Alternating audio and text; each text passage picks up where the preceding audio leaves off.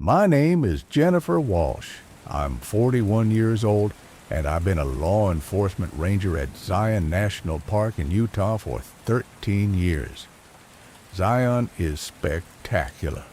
Towering red sandstone cliffs, narrow slot canyons, the Virgin River cutting through rock that's been forming for 200 million years. It's also dangerous. People die here regularly from falls, flash floods, heat exhaustion. My job is to prevent those deaths when possible and recover the bodies when it's not. I thought I'd seen every way the canyon could kill someone. Then, last April, I found a body that had been dead for 6 hours, but was still walking, still hiking, still following the trail like nothing was wrong. And when I tried to stop it, it looked at me with eyes that had no one behind them and kept walking towards something I couldn't see. It was a Tuesday morning, early season, before the summer crowds arrived. I was patrolling the West Rim Trail, a strenuous hike that gains 3,000 feet in elevation over 14 miles. A hiker had triggered a personal locator beacon around 6 a.m., indicating an emergency. I hiked up quickly, found the beacon still transmitting at mile marker 7, but no hiker. Instead, I found blood. A lot of it splashed across the sandstone, drag marks leading to the cliff edge. I looked over. It was a 400-foot drop onto rocks. No one could survive that fall. I called it in, started standard recovery protocols, photographed the scene. Then I heard footsteps behind me. I turned. A man was walking up the trail toward me, mid-30s, hiking gear, backpack, moving with steady determination, and he was covered in blood. His face was pale, his eyes were glassy, and there was a massive head wound, the kind where you can see bone and brain matter, the kind that's absolutely fatal. "Sir, stop. I'm a ranger. You need medical attention." I moved toward him, reaching for my radio to call for a helicopter evacuation, even though I knew it was pointless. No one survives injuries like that. He didn't stop, didn't acknowledge me, just kept walking up the trail with mechanical precision, his boots leaving bloody prints on the red sandstone. I stepped directly in his path, blocking him. He walked into me, not aggressively, just with the same steady forward motion, and I felt the impact of something solid but wrong. His body temperature was cold, far too cold for the 75-degree morning, and his skin had a texture like rubber left in the freezer. "Sir, can you hear me?" I grabbed his arm. He stopped walking, but didn't look at me. His eyes were fixed on something up the trail, something I couldn't see. And when I looked at those eyes more closely, I realized they weren't seeing anything. They were empty, like the person who'd been behind them had left, and only the machinery of the body remained, still executing its last command. "Keep hiking." I checked for a pulse, nothing. No heartbeat, no breathing, no signs of life. But the body was standing, was moving, was somehow continuing, despite being clinically dead. I'd seen delayed death responses, people who suffered fatal injuries, but continued moving on adrenaline for a few seconds. But this man had been dead for hours, based on the blood evidence at the cliff. His body should have been at the bottom of that drop, not walking up the trail. I tried to restrain him, to stop his forward motion, but he was stronger than he should be. Dead muscle shouldn't work, shouldn't have the coordination to walk, shouldn't have the strength to push past me. But he did. He simply walked around me and continued up the trail, leaving me standing there with blood on my hands and no explanation for what I'd just encountered. I followed him, documented everything with my body camera, radioed for backup, describe what I was seeing, even though I knew how insane it sounded. I have a fatally injured hiker, possibly deceased, continuing to ambulate up the West Rim Trail, requesting immediate assistance and medical evaluation. The dispatcher's voice came back confused. "Can you repeat that? Did you say deceased but ambulating?" Affirmative. Subject has massive head trauma consistent with fatal fall, no vital signs, but is mobile and continuing up trail. I'm following at safe distance. The dead hiker walked for another mile, never stopped, never slowed, just maintained the same steady pace. Other hikers were coming down the trail. I had to warn them off, had to redirect them, because none of them seemed to see anything wrong. They'd step aside to let him pass, exchange normal trail greetings, not notice the blood or the visible head wound or the fact that this man was obviously dead. "Did you see that hiker?" I asked a couple after the dead man had passed them. "What hiker?" they replied, looking confused. "He was invisible to them, or I was seeing something they couldn't see, or reality was broken in some fundamental way that made both things true simultaneously." At mile marker 9, the dead hiker stopped, just stood there in the middle of the trail, swaying slightly like he'd finally reached his destination. I approached carefully, tried again to communicate with whatever was driving this body. "Can you tell me your name? Can you tell me what happened?" His mouth opened. No words came out, but I heard something, a sound like wind through a canyon, like rocks falling, like the earth itself breathing, and I understood in a way that bypassed language entirely what had happened. He'd fallen early that morning in the dark. He'd misjudged the trail edge and gone over the cliff. The fall had killed him instantly. Massive head trauma, broken neck, death before he hit the rocks. But something about Zion, something about the ancient sandstone that had been here for millions of years, something about the way consciousness interacts with stone. His intention had been so strong, his desire to complete the hike so powerful, that it had imprinted on the canyon itself. And the canyon, being what it was, had given his body back the ability to complete its last task. The body swayed once more, then collapsed, just dropped like someone had cut the strings holding it upright. I checked for signs of life. Still nothing, still dead, but now the body was behaving appropriately, staying down, growing cold and stiff, beginning the normal processes of decay. Backup arrived an hour later. We recovered the body, confirmed identity. His name was Marcus Chin, age 34, from Seattle. His car was at the trailhead. His campsite showed he'd started hiking at 4 a.m., trying to beat the heat and catch sunrise from the rim. The blood at mile 7 matched his blood type. The injuries matched a fall from that cliff.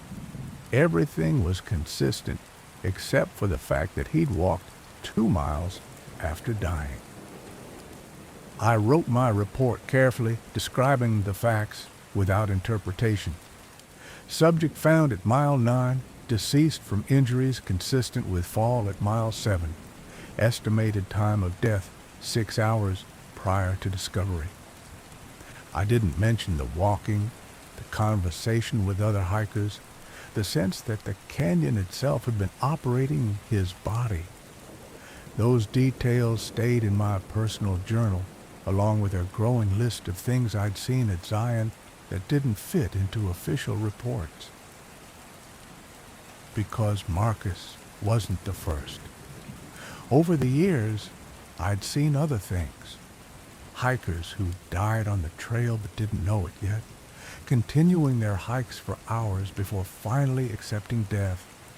Voices calling from empty canyons, always saying, just a little further, almost there.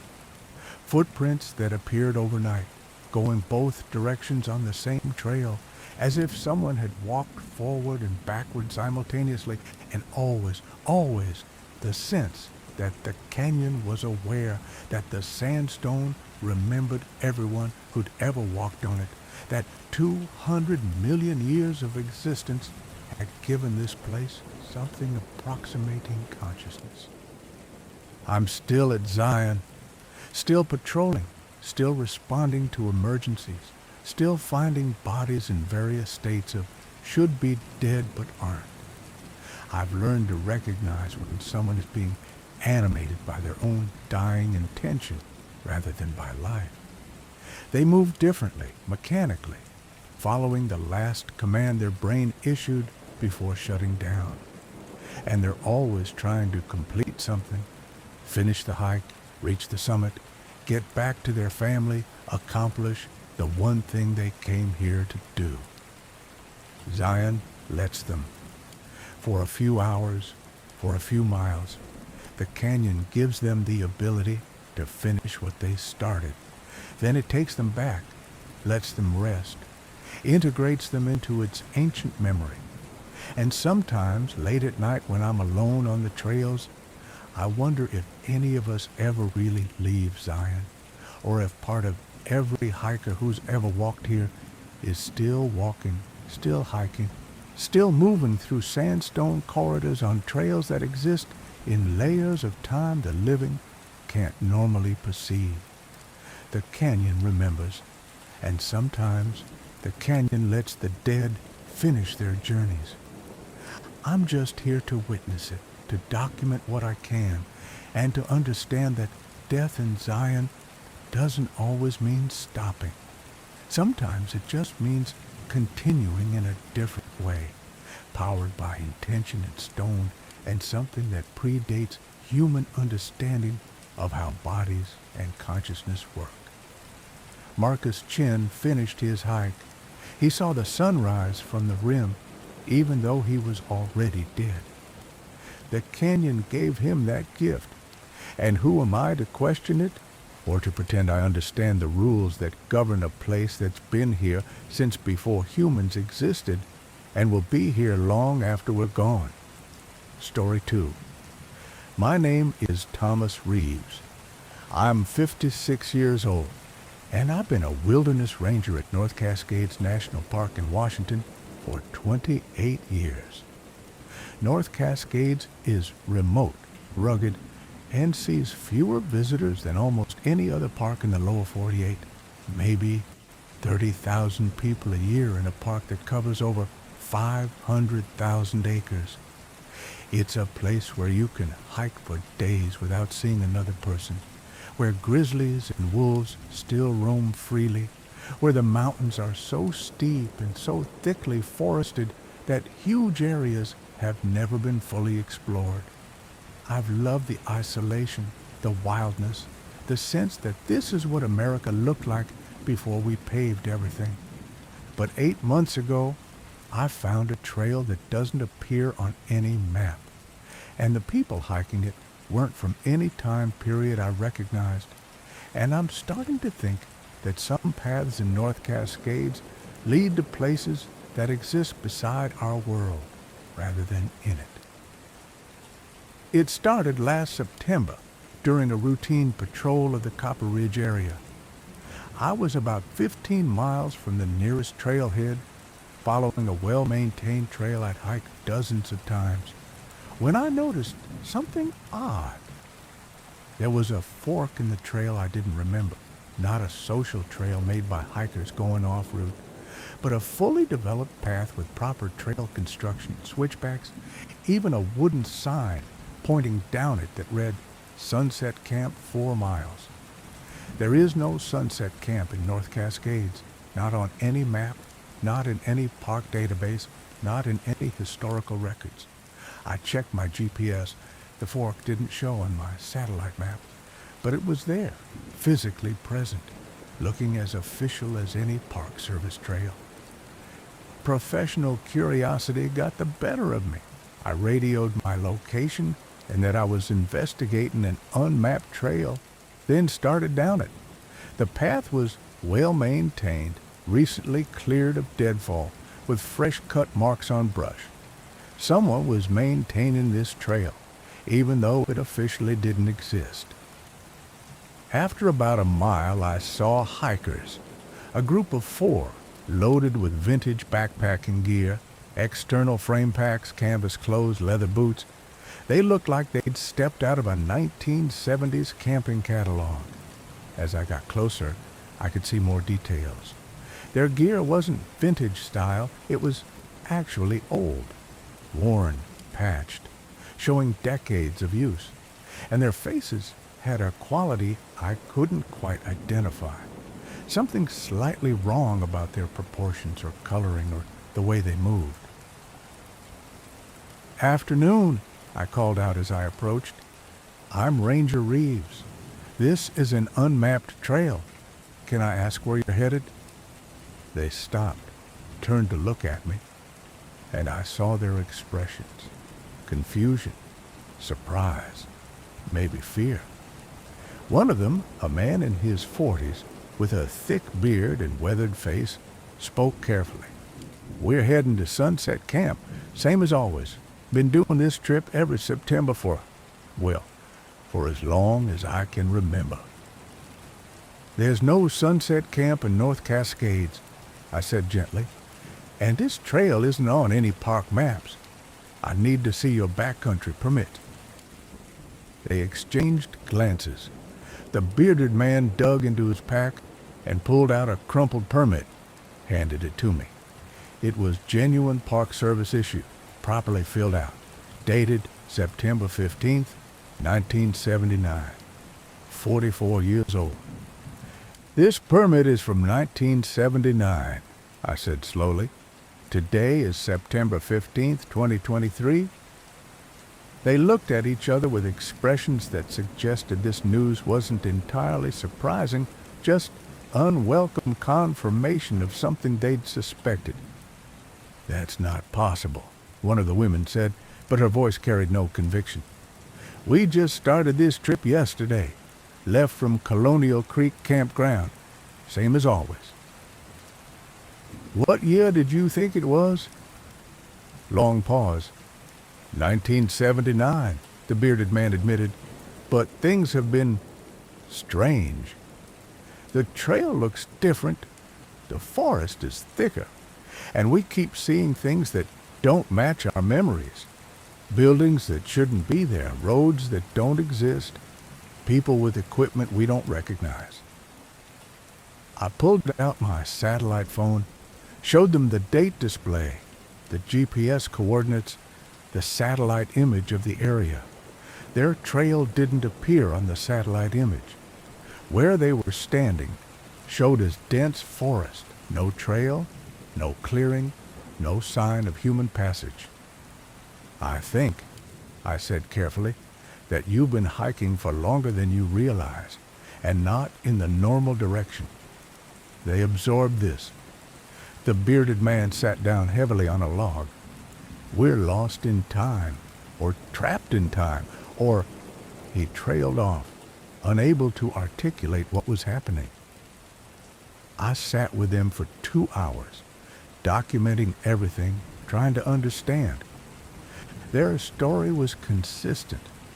They'd started a backpacking trip in September 1979, planning a 4-day loop through what was then newly designated wilderness.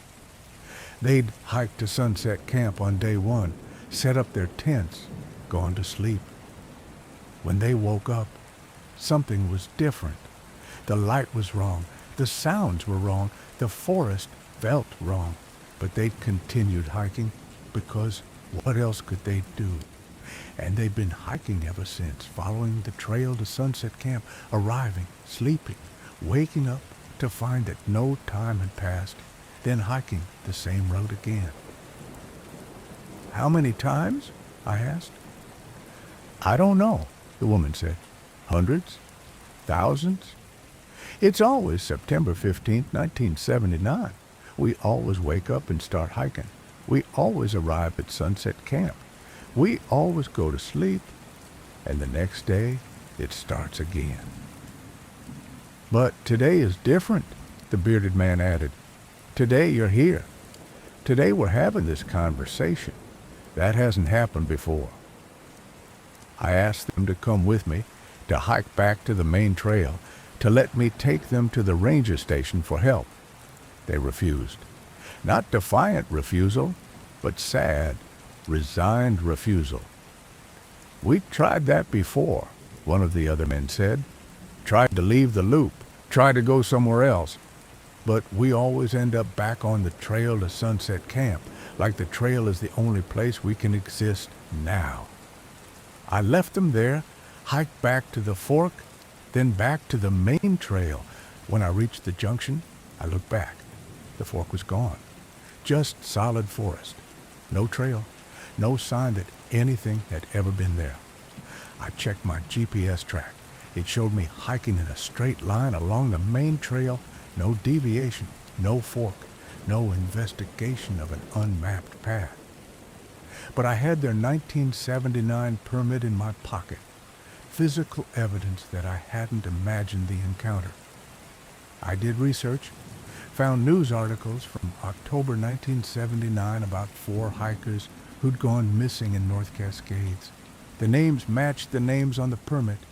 Their vehicle had been found at Colonial Creek Campground. Search teams had looked for 3 weeks, found no trace.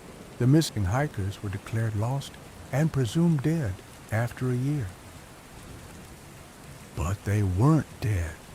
They were trapped in a loop, hiking the same trail, living the same day, unable to break free from September 15th, 1979. And occasionally, when conditions were right, their trail intersected with real trails in real time, and they could be seen by people from the present before slipping back into their loop.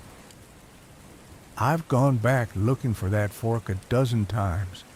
Sometimes I find it, sometimes I don't. When I do find it, I hike down, and sometimes the 4 hikers are there, and sometimes the trail is empty. I've tried to help them, tried to bring them food or updated maps or information about the modern world. They're always grateful, but always resigned. They know they're trapped, and they've accepted it, or at least stopped fighting it. The last time I saw them, the bearded man gave me a message. If you keep looking for us, you might get caught too. The trail wants more hikers. It's hungry for more loops. Stop coming here. But I can't stop, because they're my responsibility, in a sense. They're hikers lost in my park, even if they've been lost for 44 years, even if they're stuck in a time that no longer exists. They deserve to have someone remember they're there, someone who checks on them, someone who acknowledges that they didn't just vanish. They got caught in something the North Cascades created, some loop or trap or boundary condition where time doesn't work right. I'm retiring next year. I've already trained my replacement, a young ranger named Sarah who's eager and competent and smart. But I haven't told her about the fork in the trail, about the hikers from 1979, about the loops that exist in the mountains. Maybe I should. Maybe she deserves to know what she's getting into, or maybe it's kinder to let her discover it herself. If she's supposed to discover it, if the trail decides to show itself to her. The North Cascades are deeper than maps show. Some trails lead forward in space, some lead backward in time, and some lead in directions that don't have names in our geometry. I've walked them for 28 years, and I still don't understand them. But I know they're there, and I know people get lost on them, and I know that being a ranger sometimes means patrolling trails that exist in more than 3 dimensions, checking on hikers who've been lost longer than I've been alive. September 15th is coming again soon. I'll go to Copper Ridge, look for the fork, see if the trail shows itself.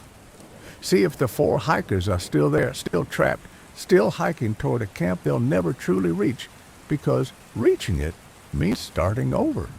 And I'll acknowledge them, document them, remind them that someone knows they're there. It's the least a ranger can do for hikers who got lost in territory that doesn't follow the normal rules, even if those hikers have been lost for 44 years and counting. Story 3. My name is Rebecca Stone. I'm 39 years old, and I'm a search and rescue coordinator at Rocky Mountain National Park in Colorado. I've been doing mountain rescue for 15 years, extracting injured climbers from cliff faces, finding lost hikers in blizzards, recovering bodies from avalanches. I've seen death in every form the mountains can deliver, and I thought I'd developed immunity to the emotional impact, the professional distance necessary to do this job. Then last winter, I found a rescue shelter that contained 7 people who'd been rescued from the mountains over the last 60 years, but had never left, who existed in a suspended state between being lost and being found, and who begged me to let them stay lost, because being rescued meant something worse than dying in the cold. It was February, the dead of winter, during a particularly brutal cold snap. A solo climber had activated his emergency beacon from somewhere high on Long's Peak, indicating he was in trouble but couldn't provide details before his device died. We launched a rescue attempt despite the conditions. Winds gusting to 80 miles per hour, temperature 30 below, visibility near zero. I led a team of 4 experienced rescuers, all of us with decades of combined mountain experience. We found the climber's last known coordinates, but he wasn't there, just his beacon, frozen in the snow, still transmitting.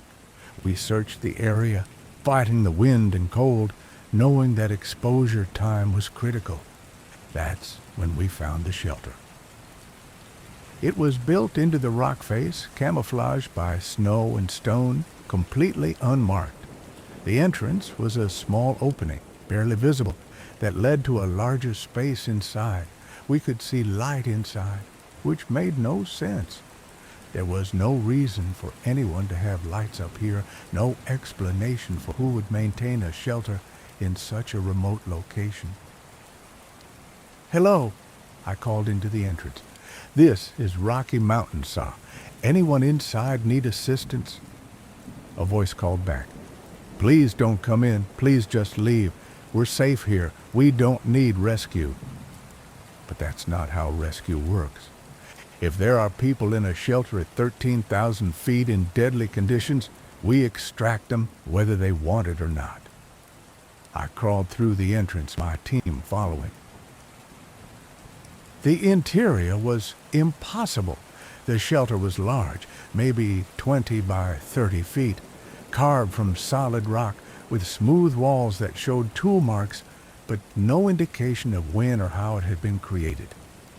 There were bunks, a stove, supplies, oil lamps providing light, and there were 7 people. They looked wrong. Not injured or frostbitten or hypothermic, but wrong in a fundamental way.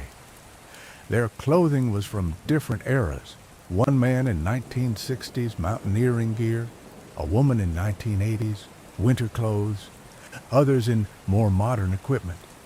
They all looked healthy, but faded somehow, like photographs left in the sun, their colors muted and their edges slightly blurred. "You need to leave," the man in 1960s gear said firmly. "You can't rescue us. If you try, something worse happens." "Sir, I'm Rebecca Stone, SR coordinator. What's your name?"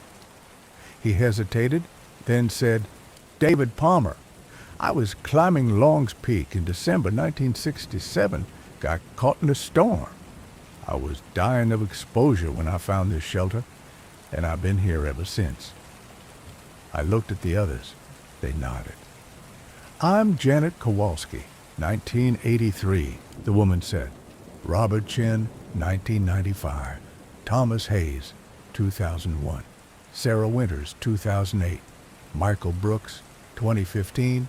And Amanda Foster, 2019. 7 people spanning 6 decades, all claiming to have found this shelter while dying of exposure, all claiming to have been here ever since. It was insane, impossible, but they were obviously real and obviously present. "You've been in this shelter for years?" I asked carefully. "Without aging, without leaving, without anyone finding you?" "The shelter preserves us," David Palmer explained. "When we were dying, when we'd accepted death, the shelter appeared. It offered us survival at a cost. We could live here, safe and warm, but we could never leave. If we try to leave, if anyone tries to take us out, we die immediately. Not hypothermia death, not gradual shutdown, just instant cessation. The shelter only works if we stay." One of my team members, a guy named Jake, was already on his radio trying to call this in. No signal. We were too high, too remote. He moved toward the entrance to get closer to line of sight with the valley. The 7 sheltered people watched him with expressions of resignation. "Your beacon," I said to David Palmer. "The solo climber who activated his beacon, where is he?" They looked at each other. "He found the shelter 3 days ago," Sarah Winters said quietly. "He was dying, same as all of us. The shelter appeared to him. He came inside, and now he's one of us. His name is Marcus Webb. He's sleeping in the back." I looked toward the rear of the shelter. There was indeed someone sleeping on one of the bunks, a man in modern climbing gear, looking peaceful and healthy despite having supposedly been near death 3 days ago. "This isn't possible," I said. "People don't just live in magical shelters for decades without aging or supplies or contact with the outside world." "And yet, here we are," David Palmer said. "You can try to take us out. You can try to rescue us. But I'm telling you what happens. The moment we pass through that entrance with the intention of leaving permanently, we die. The shelter releases us, and we experience all of the death we've been postponing. 60 years of aging in an instant. Hypothermia, frostbite, starvation, all the things that should have killed us but didn't because the shelter held them back. Others have tried to rescue us before," Janet Kowalski added. "Rescue teams find the shelter occasionally, try to extract us. We've learned to warn them, to beg them not to try. But some don't listen." She gestured to a corner where there were names carved into the rock. "Those are the rescuers who tried to force us out. They died too, the moment they crossed the threshold carrying one of us. The shelter doesn't just protect us, it enforces our presence here." I looked at the names, 8 of them, carved with dates ranging from 1971 to 2017, all dates when rescue operations might have been conducted, all implying that rescuers had died trying to extract the sheltered people. My team was listening to this, their expressions ranging from disbelief to horror. "We can't just leave people here," Jake said. "That's not how this works." "Then try to take us," David Palmer said simply. "Choose one of us. Carry us out. See what happens. But I'm warning you, both of you will die. The person you're trying to rescue and the person doing the rescuing." I faced an impossible decision. 7 people claiming to be trapped in a protective shelter, claiming that rescue meant death. A solo climber who'd been absorbed into their group, apparently healthy and safe despite having been dying 3 days ago, and no way to verify any of this without potentially killing someone. I need to think, I said. My team and I are going back outside. We'll return with more resources, more people, figure out the right approach. We'll still be here, Sarah Winters said sadly. We're always here. The shelter doesn't let us leave, but it doesn't make anyone stay who doesn't need it. You can come and go freely. It's only those of us who were dying, who were offered the shelter's protection. We're bound here. We left, crawled back through the entrance, back into the brutal cold and wind, hiked down to where we could get radio contact, called into the base station, described what we'd found, a shelter with multiple people claiming to have been there for decades. The base commander's response was immediate and disturbing. You found the preservation shelter. We have records of it going back to the 1970s. Every few years, someone finds it during a rescue operation. There are complications associated with it. Return to base, and we'll brief you on the situation. Back at the ranger station, they showed me the files. The preservation shelter had been documented since at least 1967, when David Palmer had gone missing. Over the decades, multiple rescue teams had found it, had encountered the preserved people inside, and had learned through tragic experience that extracting them was impossible. The shelter enforced some kind of bargain. Survive here forever or die immediately upon leaving. We can't officially acknowledge it, the base commander explained. Can't put it on maps, can't warn people about it, because if we do, we'd have to explain how and why it exists, and we don't have those answers. We just know it's real, it's permanent, and it occasionally claims people who are dying of exposure on Long's Peak. What about Marcus Webb, the solo climber who activated his beacon?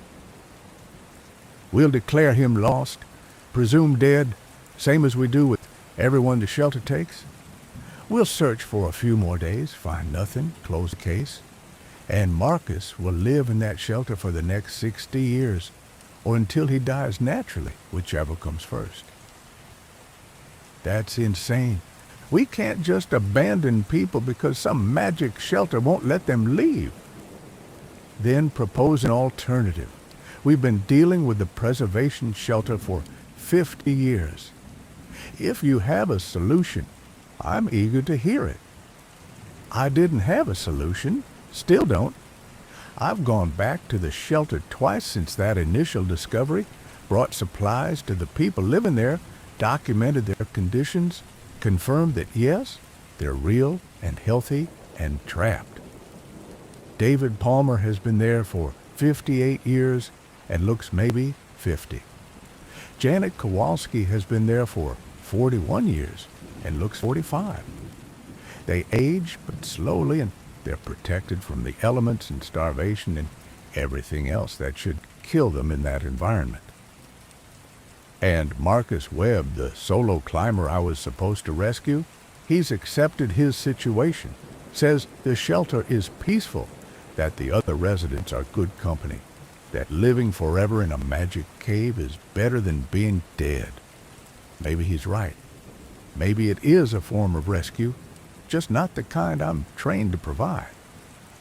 I'm still a SAR coordinator, still lead rescue operations on Long's Peak, but now I know there's one outcome worse than failing to save someone, succeeding in a way that traps them in an eternal half-existence, neither fully alive nor fully dead, preserved but not living. The preservation shelter is still up there, still waiting for the next dying climber to stumble across it, still offering its bargain, survive forever or die today. And As long as I'm doing SAR work, I'll keep encountering people who've accepted that bargain, who've chosen infinite imprisonment over immediate death. I don't know if they made the right choice, but I know I can't rescue them from it. Some fates are worse than dying in the mountains, and some survivals are more terrible than death. The preservation shelter taught me that. And every time I lead a rescue operation now, I wonder if the person I'm saving might be better off dying quickly in the cold rather than living forever in a shelter that won't let them go. Story 4. My name is Carlos Mendez. I'm 27 years old, and I'm finishing my second season as a wildlife biologist assigned to Yellowstone National Park. I came here to study wolf behavior, to document pack dynamics and predator-prey relationships in one of the most successful rewilding projects in North American history. I expected to spend my time observing Canis lupus, the gray wolf, and understanding how apex predators shape ecosystems.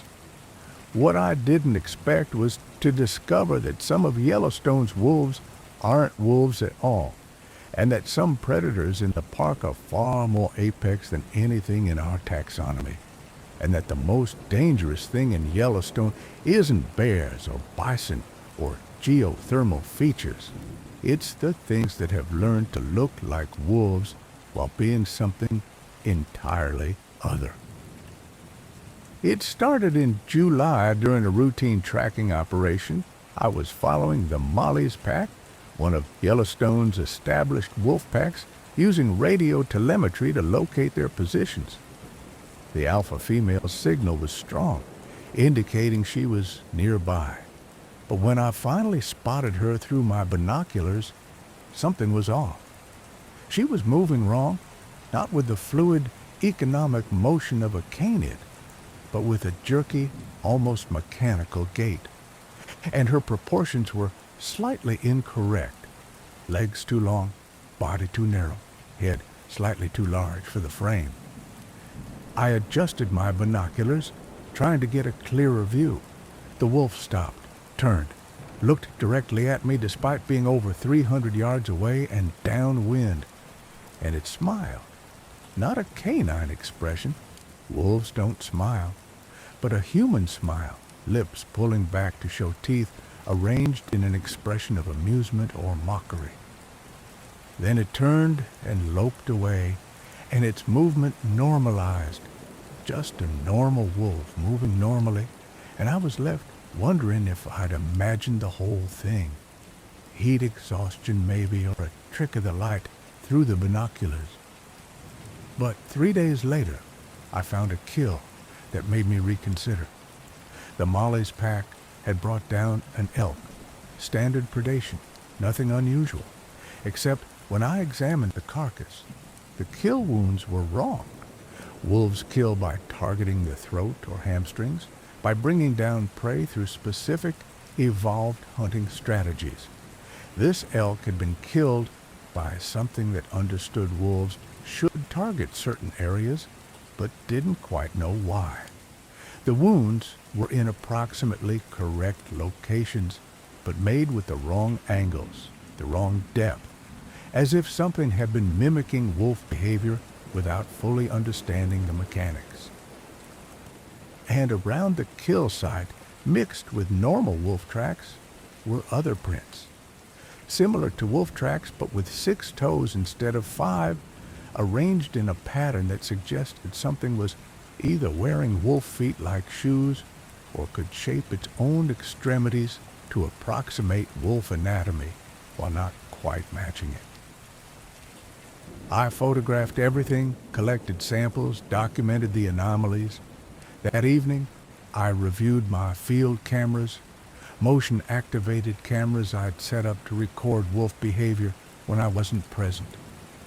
The footage showed the Molly's pack feeding on the elk, normal behavior, standard pack dynamics. But in several frames, one wolf would glitch. That's the only word for it. Its form would blur for a fraction of a second, and in that blur, I could see something else, something taller, something bipedal, something that wore the wolf form like a coat it was still learning to wear properly. I showed the footage to my supervisor, a wildlife biologist who'd worked at Yellowstone for 20 years. She watched it silently, her expression growing more troubled with each frame. When it ended, she closed the laptop and looked at me seriously. "You've seen them," she said. It wasn't a question. "Seen what?" "The others. That's what we call them internally when we talk about them at all, which is rarely and always unofficially. They're not wolves. They're not animals. There's something else that's learned to look like wolves well enough to fool casual observation." "What are they?" "We don't know.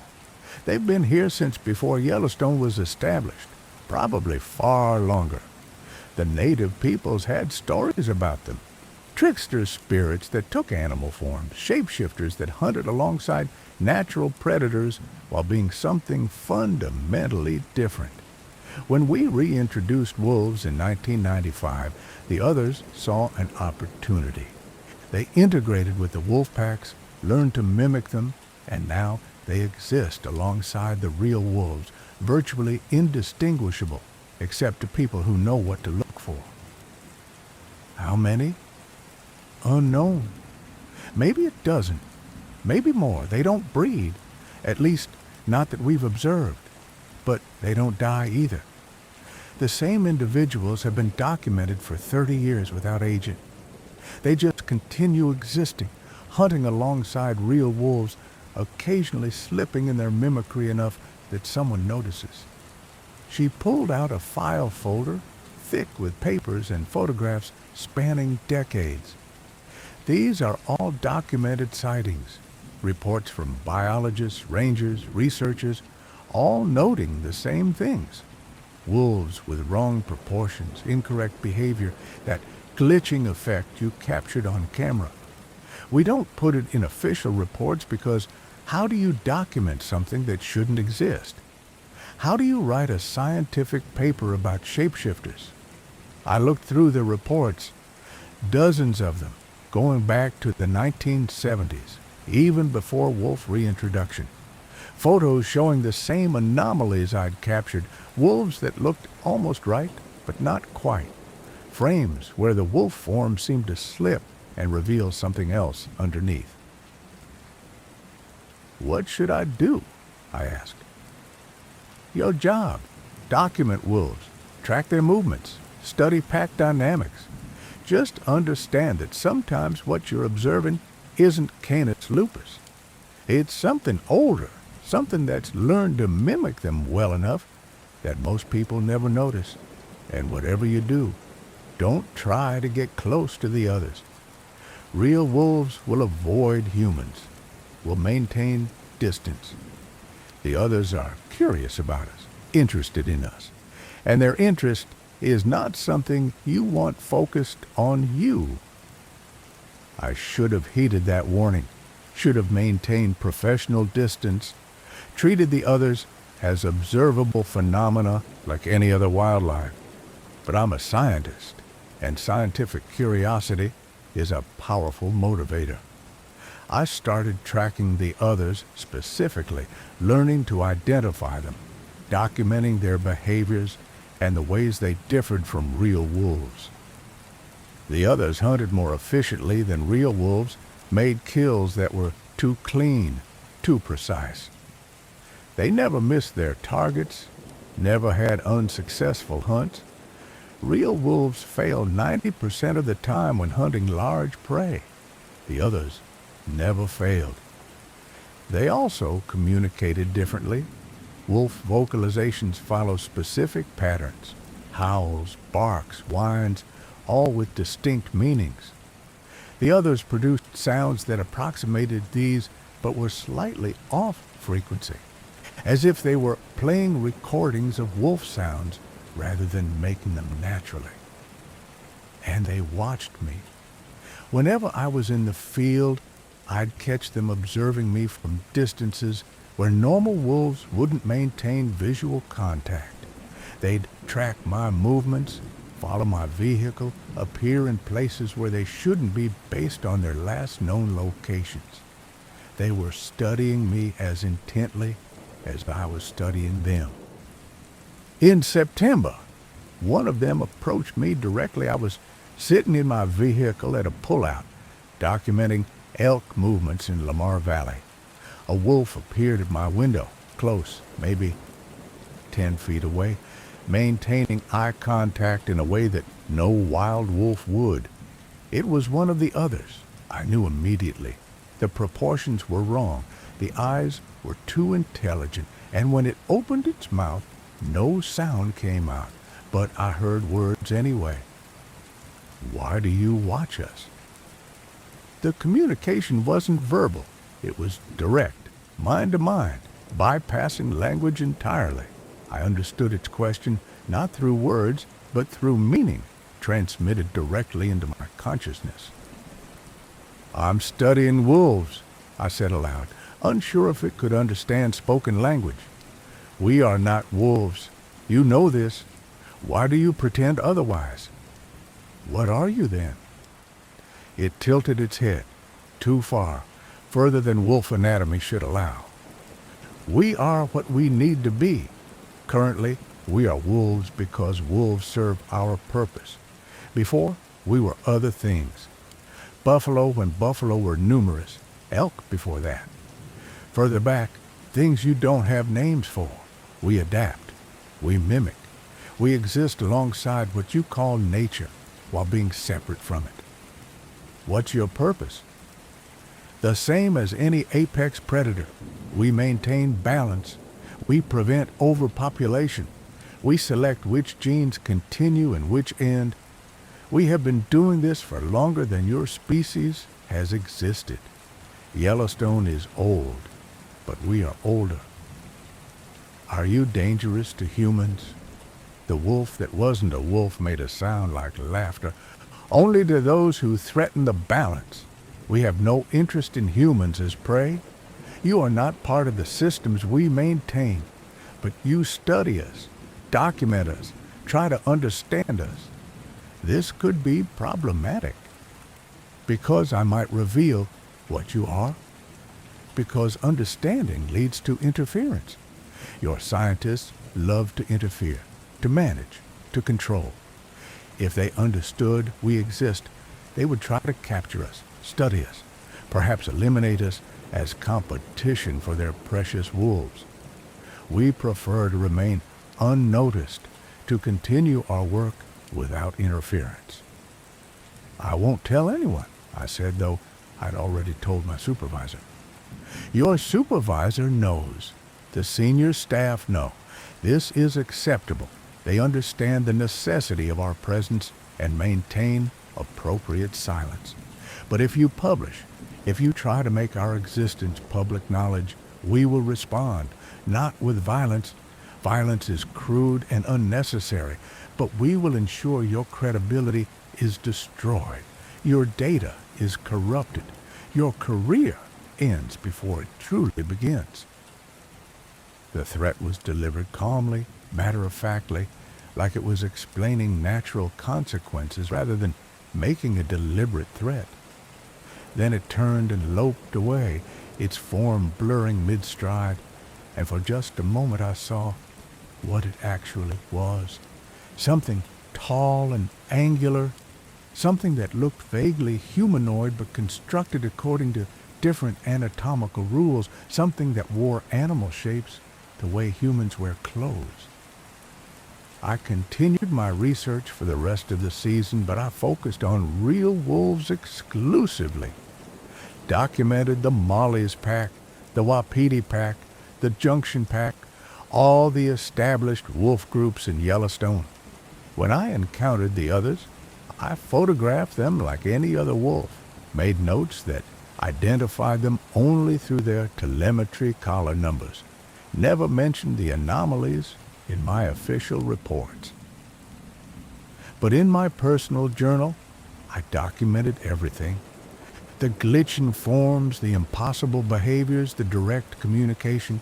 I wrote it all down, not for publication, but for the record, because someone should know they're there, even if that knowledge has to remain unofficial. My contract ends next month. I'll be moving to a different park, continuing my wolf research elsewhere. Part of me is relieved to be leaving Yellowstone, to be getting away from the others and their unsettling presence. But part of me understands that they're not unique to Yellowstone. If they've been adapting and mimicking for longer than humans have existed, they're probably everywhere. Probably in every ecosystem, wearing whatever form best suits their purposes. That wolf you saw in Denali, that bear in Glacier, that mountain lion in Big Bend, maybe it was real wildlife, or maybe it was something older, something that's learned to look like real wildlife while being fundamentally other. And maybe, like me, you noticed something slightly wrong, proportions off, behavior strange, that moment where the form glitched and you saw something else underneath. If you did, don't investigate too deeply. Don't try to document it officially. Don't threaten their ability to remain hidden, because they've been maintaining nature's balance for millions of years, and they're very, very good at protecting their anonymity. The others are real. They live in our parks alongside real wildlife. They hunt, they feed, they maintain ecosystems in ways we don't fully understand. And they're watching us with the same scientific interest we directed them. I just hope they don't decide we're a problem that needs to be managed. Because if apex predators older than humanity decide we're upsetting the balance, I don't think there's anything we could do to stop them. Story 5. My name is Hannah Lee. I'm 53 years old, and I've been a cave specialist ranger at Wind Cave National Park in South Dakota for 19 years.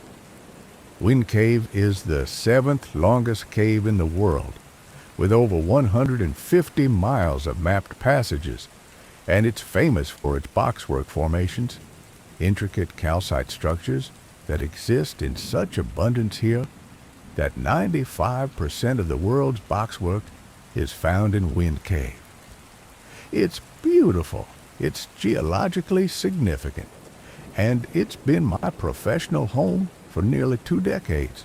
But last March, I found a passage that isn't on any map, and the formations in it aren't boxwork or any other type of speleothem known to geology, and I think I discovered that some caves have immune systems that attack foreign objects, including humans who venture where they shouldn't. It happened during a solo survey of an area called the Far East section, one of the deeper, less visited parts of the cave. I was documenting new boxwork formations for our geological database, standard work I'd done hundreds of times. The passage I was in dead-ended, or so the maps indicated, but as I was preparing to turn back, I noticed a draft, a steady flow of air coming from what should have been solid rock. Cave drafts indicate additional passages. Air has to be moving between spaces, which means there's more cave to be discovered. I examined the wall more carefully and found a small opening, maybe 2 feet wide, partially hidden behind a collapse of flowstone. I could feel strong airflow coming through it, which suggested a significant chamber beyond. Professional protocol required me to mark the location and return with a survey team. But I had my equipment, I had experience, and I was curious. So I squeezed through the opening into an area that would change my understanding of what caves are and what they do. The passage beyond was different from anything I'd seen in Wind Cave. The walls weren't the typical gray limestone, but something that looked almost organic, striated and textured like muscle tissue, with a faint iridescence when my headlamp hit it. The formations weren't boxwork, but something else entirely, structures that looked like they'd been grown rather than deposited by dripping water over millennia. I moved deeper into the passage, documenting everything with my camera. The formations became more complex, more elaborate, crystalline structures that branched and divided like neural networks, surfaces that seemed to pulse very slightly when I focused my light on them, textures that looked almost cellular under magnification. Then I noticed the first node. It was attached to the ceiling, about the size of a baseball, composed of the same organic-looking material as the walls.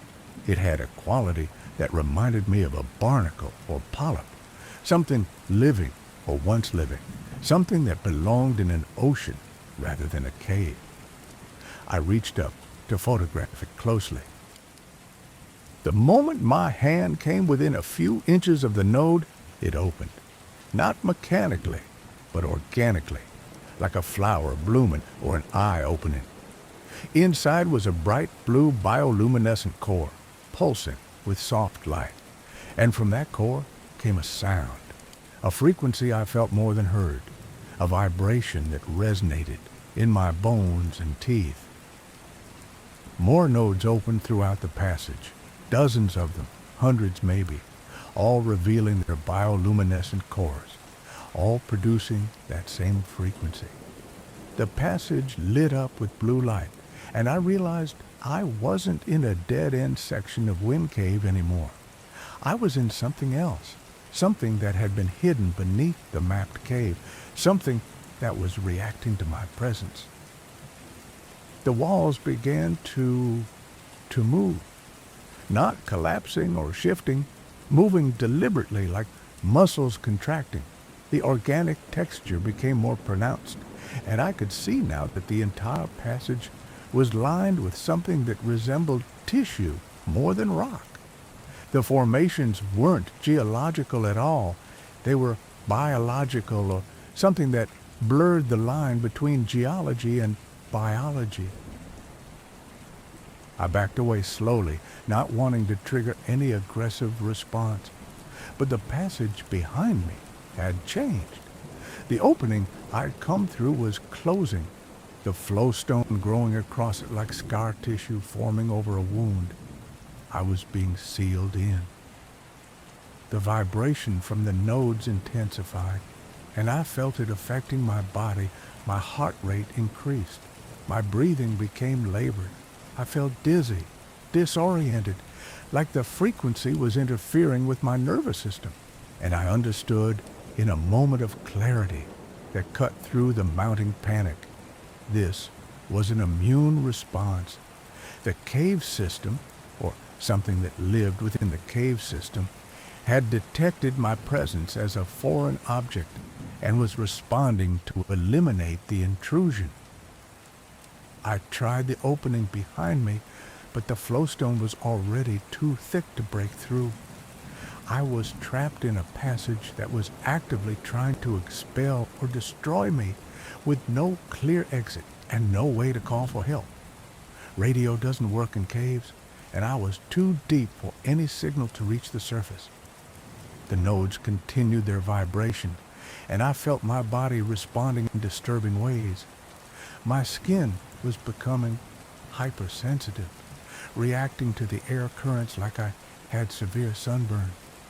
My vision was blurring at the edges, seeing colors that didn't exist in normal spectrums. And I could taste copper, that metallic taste that indicates something is seriously wrong with your body chemistry.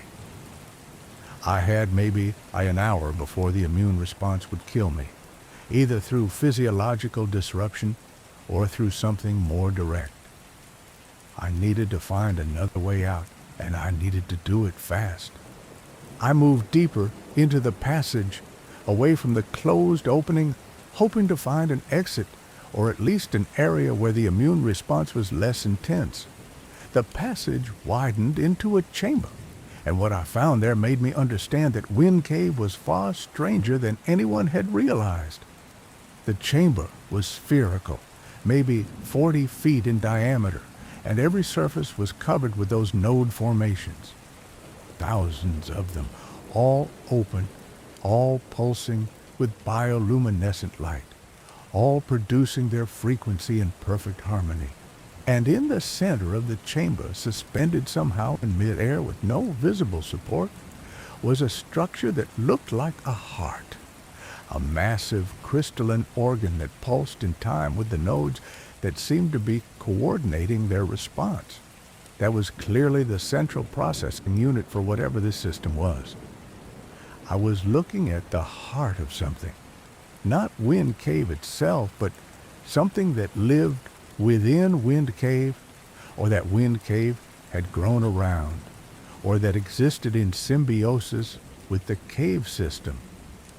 An organism or system or intelligence that maintained itself through geological processes, that perceived intrusions and responded to them, that had been here for longer than the cave had been known to humans, and probably longer than humans had existed. The heart structure pulsed more rapidly when I entered the chamber, and the immune response intensified. I could feel my cells beginning to break down, could sense my body chemistry shifting toward dissolution. The cave system was trying to absorb me, to break me down into component parts that could be integrated or expelled. I did the only thing I could think of. I spoke to it, out loud, directing my words at the heart structure. I'm not a threat. I'm not here to harm you. I'm a cave specialist. I protect caves. I'm on your side. The pulsing slowed slightly. Maybe coincidence, maybe I was anthropomorphizing a non-intelligent process. But I continued talking, explaining what I did, how I devoted my career to cave conservation, how I understood caves were living systems that needed protection from human impact. And gradually the immune response decreased. The vibration from the nodes became less intense.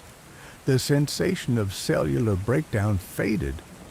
The hypersensitivity of my skin normalized. The cave system was listening, or at least responding to my presence differently, treating me less like a foreign invader and more like a potential symbiote. I stayed in that chamber for what felt like hours, talking to the heart structure, explaining my relationship with caves, my commitment to protecting them, and slowly an opening appeared in the chamber wall, not the way I'd come in, but a new passage, freshly formed, leading upward. I followed it. The passage twisted and climbed, clearly created specifically to guide me out, and eventually it connected with a mapped section of Wind Cave that I recognized.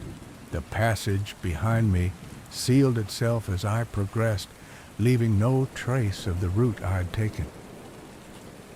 I emerged into the tourist area where visitors were taking guided tours, completely unaware that beneath their feet was something that was alive in ways geology doesn't account for. I said nothing to them, just made my way back to the ranger station, where I sat for several hours trying to process what had happened. I filed a minimal report, discovered a passage in the Far East section, documented new formations. Passage subsequently collapsed and is no longer accessible. I didn't mention the organic textures, the bioluminescent nodes, the heart structure, the immune response. How could I? What vocabulary exists for describing a cave that's also an organism that can perceive and respond and actively defend itself against intrusions? But I've gone back multiple times since then, searching for that passage, looking for evidence that what I experienced was real.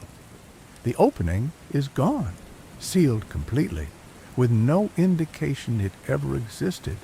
But I know it's still there, just behind the rock face, waiting and watching. And I know that Wind Cave is more than a geological formation.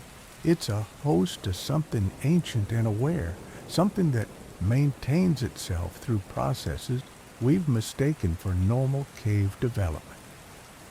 I'm more careful now about where I explore in Wind Cave. I pay attention to air currents, to formations that look slightly too organic, to passages that seem to breathe. And I've started noticing similar signs in other caves, reports from other cave specialists describing formations that don't quite match known speleothem types, areas where cavers feel unwelcome or actively repelled, passages that seem to reconfigure themselves between surveys. We think caves are static, unchanging, except on geological timescales.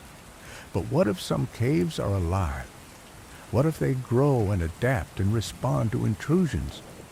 What if the slow drip of water and deposition of minerals is just one function of a much larger system that includes awareness and defense mechanisms? I don't have answers, but I have experiences that suggest our understanding of caves is incomplete, that some cave systems are host to things we haven't recognized as life because they operate on time scales and through mechanisms so different from biological life that we fail to see them. The Wind Cave is alive, or it hosts something alive. And that something tolerated my intrusion once, allowed me to leave with a warning. But I don't think I'd be allowed back to that deep chamber again. I made my peace with the heart structure, established that I wasn't a threat, and was permitted to leave. But that permission was probably one time only. Some caves should remain unexplored. Some passages should stay sealed. And some immune systems should be respected, even when they belong to things we didn't know could have immune systems at all. Story 6. My name is Stephen Park. I'm 32 years old, and I'm a backcountry ranger at Isle Royale National Park in Michigan. Isle Royale is unique. It's an island park in Lake Superior, accessible only by seaplane or boat, with no roads and minimal development. It's famous for its wolf-moose predator-prey study, the longest-running study of its kind, and for its isolation and pristine wilderness. I've worked here for 6 years, comfortable with the extreme remoteness, the harsh winters, the sense of being truly cut off from civilization. But this past winter, I discovered that Isle Royale is also home to something that lives beneath the frozen lake. Something that creates perfect ice circles in the middle of winter storms. And something that took 3 hikers and replaced them with versions that are almost but not quite the same people who went missing. It started in January during the coldest part of winter, when the park is essentially closed to visitors. Only a skeleton crew of rangers stays year-round, maintaining minimal operations, doing occasional wildlife surveys, making sure the island survives until spring.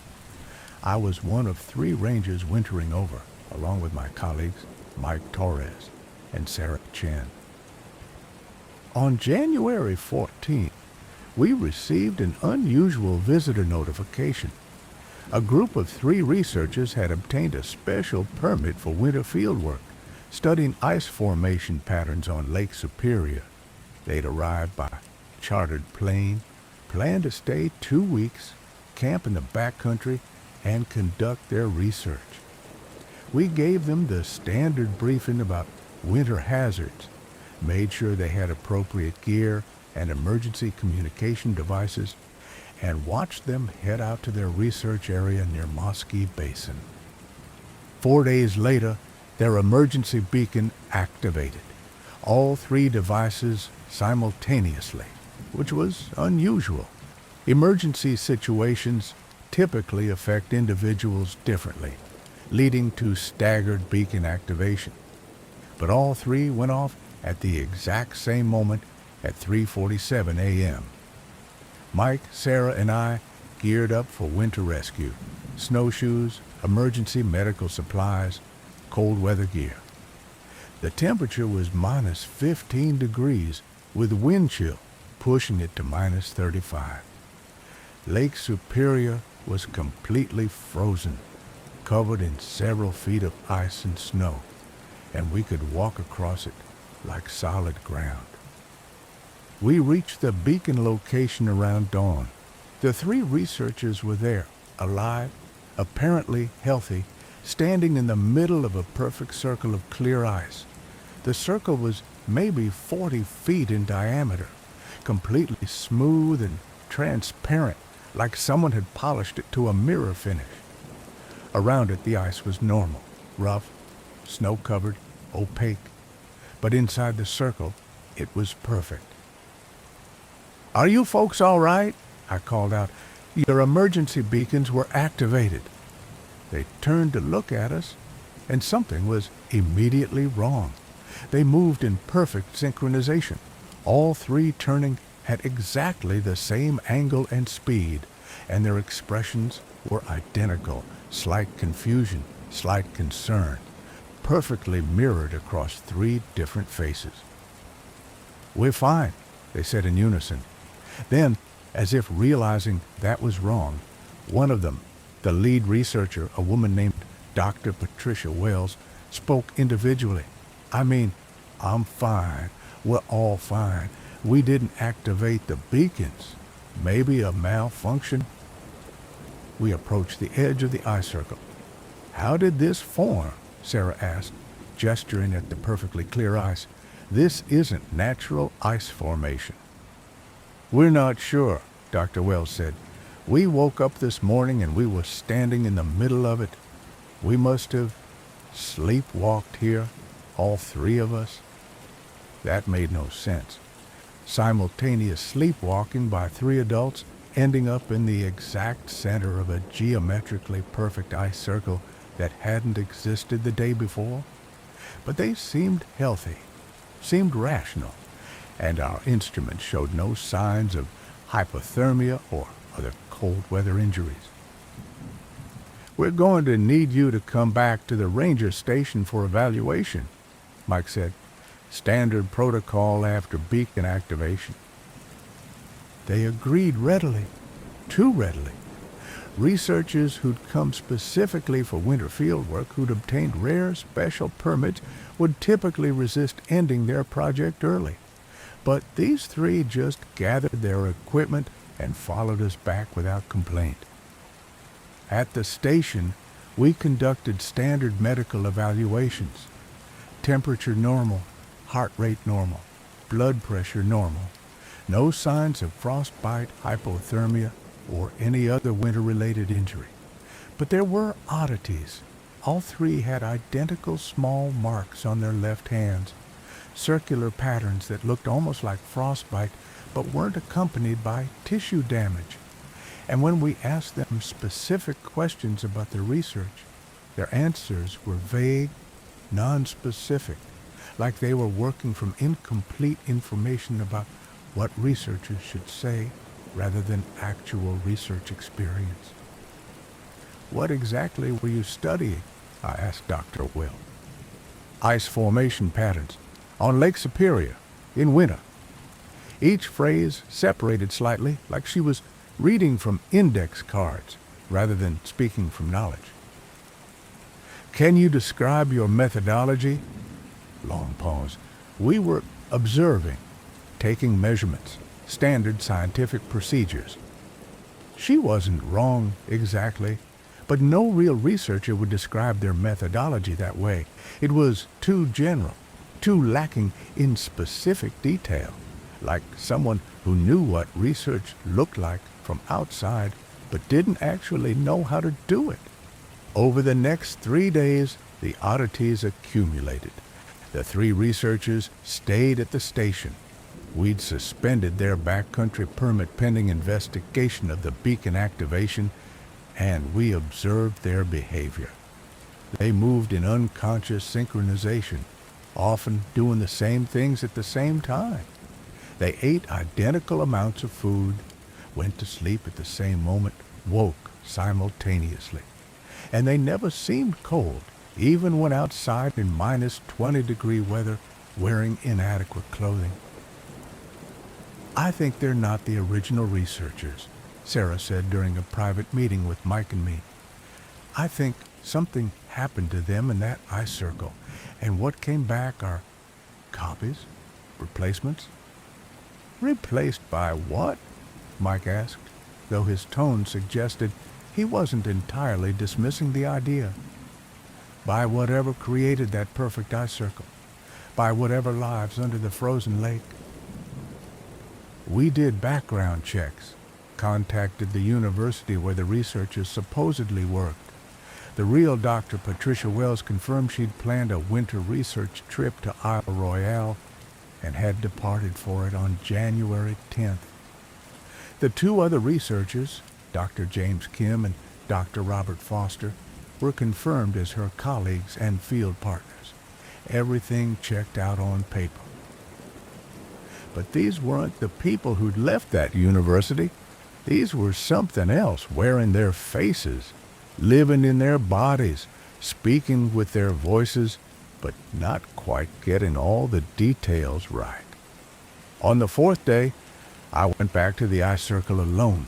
I needed to see it again, needed to understand what had happened there. The circle was still present, still perfectly clear and smooth, and as I approached, I saw something beneath the ice, a shape, large and dark, moving slowly under the frozen surface. It wasn't a fish or seal or any normal lake creature. It was too big, too angular, moving with deliberate purpose rather than animal instinct. As I watched, it rose closer to the underside of the ice, and I could see details.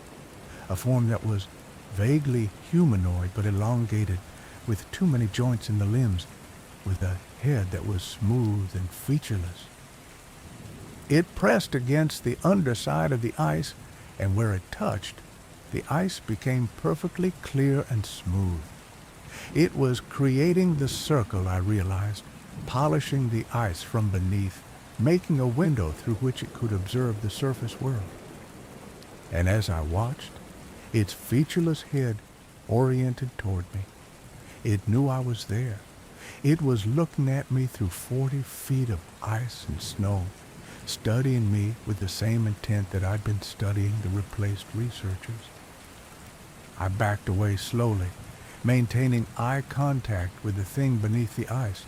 It followed my movement, tracking me, its head tilting in a gesture that looked almost human, but was clearly something else, imitating human body language. I returned to the station and told Mike and Sarah what I'd seen. There's something under the ice, something intelligent. And I think it took the three researchers, the real ones, and sent back these replacements to study us, to learn about humans by imitating them. "What do we do?" Sarah asked. "We can't prove they're not human. We can't detain them without cause.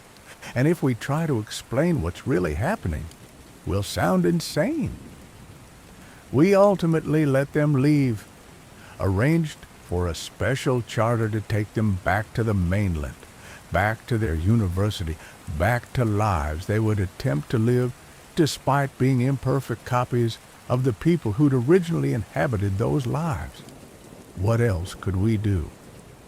But before they left, Dr. Wells, or the thing wearing her face, came to me privately. "You saw it, didn't you? The one beneath the ice." "Yes." "It's been there for a very long time, since before humans came to this island. It lives in the deep water beneath the ice, and it's curious about surface dwellers. The original Dr. Wells and her colleagues fell into the ice circle. It wasn't solid, despite appearances, and they encountered it in the water below. And it was so interested in them, so curious about what they were that had kept them, made copies, sent the copies back to learn more. Are the originals still alive? In a sense, they're being preserved, studied, kept in the deep water where the creature maintains its collection. They're not suffering. They're in a kind of stasis. And eventually, when the creature has learned enough from the copies, it will return them. And what are you? If you're not Dr. Wells? The thing smiled, too wide, showing too many teeth. I'm her echo, a reflection sent to walk in the world above while she sleeps below. I'll live her life, do her work, interact with her colleagues and family, and everything I learn, everything I experience, will be transmitted back to the one beneath the ice, helping it understand what it means to be human. That's horrifying. Is it? The original Dr. Wells is safe. She'll be returned unchanged to once the study is complete, and in the meantime, I'll live a life she would have lived anyway. What's the harm? I couldn't answer that. The thing wearing Dr. Wells's face thanked me for our hospitality, joined her two fellow echoes, and left Isle Royale on the chartered plane. And I was left knowing that somewhere in the world, 3 people are living lives while their originals sleep in cold water beneath frozen Lake Superior, held in the collection of something that's studying humanity through the most direct method possible, becoming us. I'm still at Isle Royale, still working winters, still maintaining the island, but I avoid the ice circles now. They appear regularly during winter, perfect clear spots in the rough ice, always 40 feet in diameter, always with something dark moving beneath them. Windows through which the thing below watches the surface world, selecting its next subjects for study. And sometimes, late at night, I wonder if I'm the original Stephen Park or if I've already been copied, if I fell into an ice circle I don't remember, and the thing beneath sent back an echo to live my life while keeping the original for its collection. I have no way to know for certain. The echoes don't know they're echoes. They have all the memories, all the personality, all the continuity of identity of the originals. And maybe that's the most disturbing part. Not that something is making copies of humans, but that the copies are so perfect that even they can't tell the difference. Isle Royale is remote. It's isolated. It's one of the least visited national parks, and it's home to something beneath the ice that's learning about humanity one person at a time, through a process of abduction and replication that's so subtle most victims never realize they've been replaced. I'm probably still me, probably the original, but I can't be certain. And that uncertainty is something I'll carry for the rest of my life, however long that life turns out to be. Story 7. My name is Rachel Morrison. I'm 46 years old, and I've been a cultural resources manager at Mesa Verde National Park in Colorado for 14 years. Mesa Verde is famous for its cliff dwellings, ancestral Puebloan structures built into the canyon walls between 600 and 1300 CE. It's my job to preserve these archaeological sites, to prevent damage from visitors and natural processes, and to help interpret the history of the people who lived here centuries ago. I thought I understood this place, understood the culture and history, and the reasons the ancestral Puebloans eventually left Mesa Verde around 1300 CE. Then last summer I found a dwelling that isn't on any map, that contains rooms that shouldn't exist based on Puebloan architecture. And I learned that some of the ancient residents never actually left. They just moved deeper into the canyons, into spaces where time works differently, and they're still there, still living their 13th century lives in structures that exist partially in our world and partially in somewhere else. It happened in July during a routine inspection of backcountry sites. Most tourists visit the famous dwellings, Cliff Palace, Balcony House, Spruce Tree House, but Mesa Verde contains hundreds of smaller sites scattered throughout the canyons, many accessible only by difficult hiking. I was checking on a site called Far View Dwelling, documenting any new damage or needed conservation work. I'd visited Farview dozens of times over the years, knew every room and kiva, every wall and doorway. But on this visit, I noticed something new. A doorway in the back of one of the storage rooms, a small opening maybe 3 feet high, that I was certain hadn't been there before.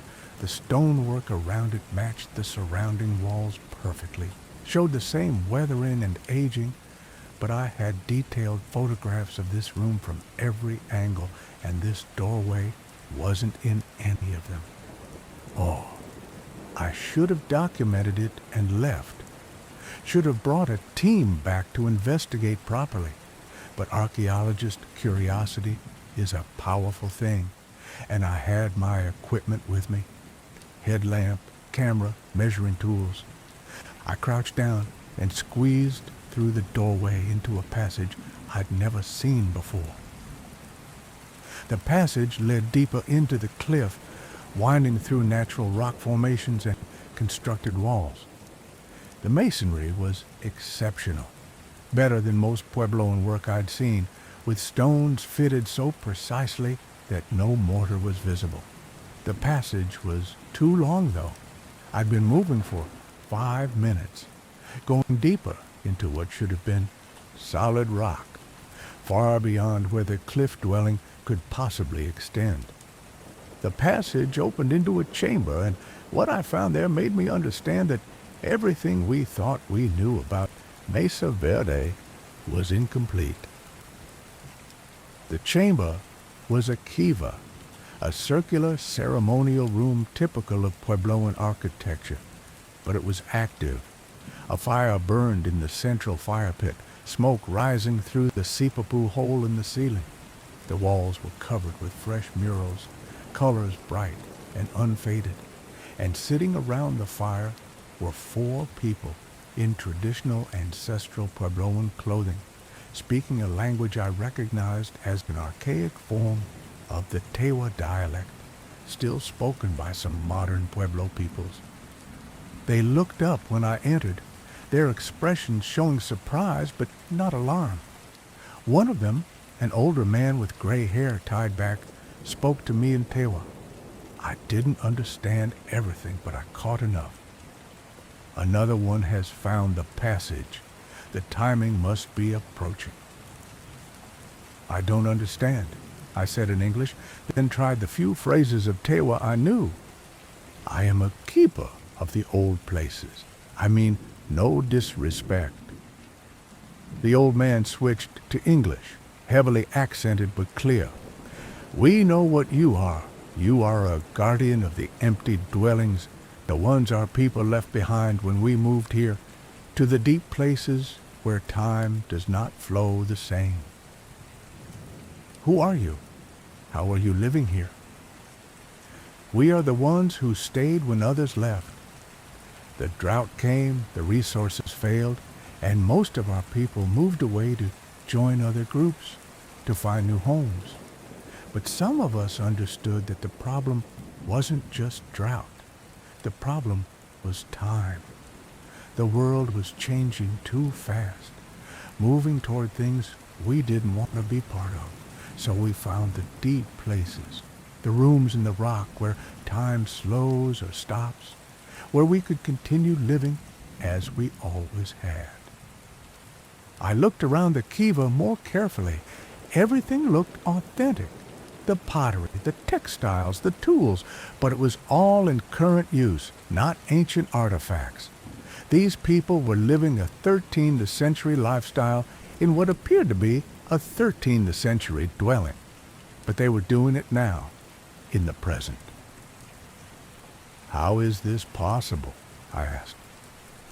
The canyons have always had thin places, one of the women explained, places where the boundary between what is and what was becomes permeable.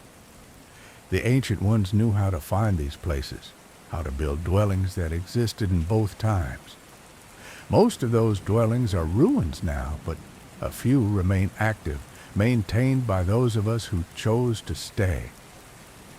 How many of you are there? In this dwelling, 17. In other deep dwellings throughout Mesa Verde, maybe 200 total.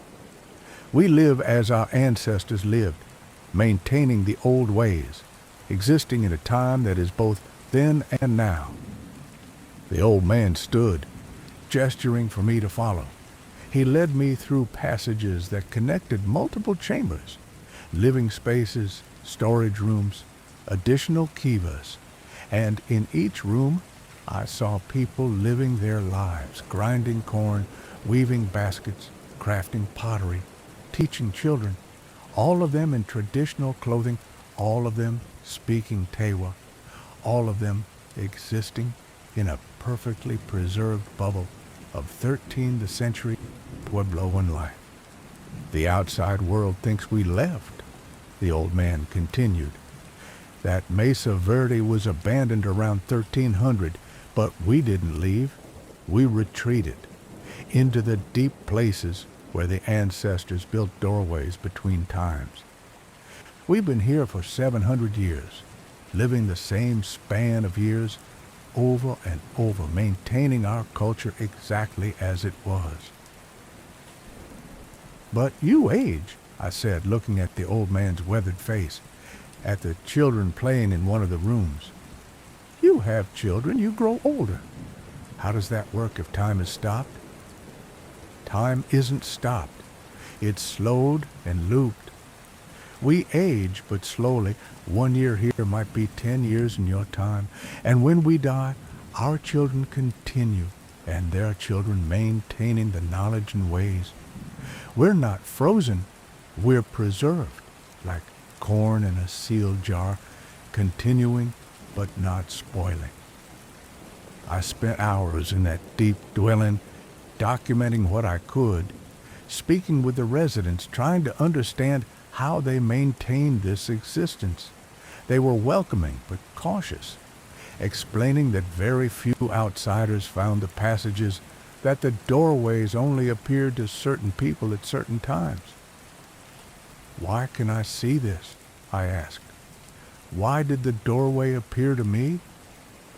Because you are a keeper of the old places, a young woman explained. You protect the empty dwellings. You honor the ancestors. You understand that some things should be preserved exactly as they were. The doorways recognize this intention. They open to those who would not destroy what they find. They showed me other passages, other connections to different deep dwellings throughout Mesa Verde, an entire network of occupied cliff dwellings existing in slowed time, invisible to normal visitors, maintained by descendants of the people who'd chosen preservation over adaptation. Don't you want to rejoin the modern world? I asked. Don't your young people want to leave, to experience life beyond these canyons? Some do, the old man admitted, and we allow it. The doorways can be opened from both sides. Those who wish to leave can step through into your time, can join the modern Pueblo communities, can live in the world you know, but most choose to stay. Most prefer the old ways, the certainty of tradition, the peace of a life that doesn't change. He led me back to the entrance, back to the small doorway that had appeared in Farview dwelling. You can visit again if you wish. The doorway will open for you, but you cannot tell others, not in any official capacity. The deep dwellings must remain hidden, must remain protected. If the outside world knew we were here, they would come. They would study us, document us, try to bring us back into normal time. We would become exhibits in our own homes. I understand, I said. But this changes everything we think we know about Mesa Verde history, the abandonment, the migration. It's all wrong. No, it's accurate. Most people did leave. Most did migrate to other areas, joined other Pueblo groups, continued their lives in new places. Only a few hundred of us chose the deep dwellings, chose preservation over change. We're not the rule. We're the exception. And that's why we must remain hidden. I squeezed back through the doorway into a far-view dwelling. When I looked back, the opening was gone. Just solid stone wall, exactly as it had been in all my previous visits, exactly as it appeared in all my photographs. I've been back to that room 17 times since then. Sometimes the doorway is there, sometimes it isn't. When it is there, I visit the deep dwelling, bring news from the outside world to those who wish to hear it, document changes in their community, maintain my role as a bridge between their time and mine. And I've found other doorways throughout Mesa Verde, not many, maybe 6 or 7 total, each leading to a different deep dwelling where ancestral Puebloan descendants continue living in preserved time. I keep a private map of these locations marked with symbols that mean nothing to anyone else but guide me back to the places where past and present overlap. I haven't told anyone officially. My reports describe standard conservation work, routine inspections, normal archaeological findings. But in my personal journals, I document everything. The deep dwellings, their inhabitants, the network of passages that connect them. And I've started noticing similar patterns at other Southwest parks. Chaco Canyon, Bandelier, Canyon de Chile, places where indigenous peoples built impressive structures and then supposedly abandoned them. What if they didn't abandon them? What if some portion of those populations did exactly what the Mesa Verde deep dwellers did?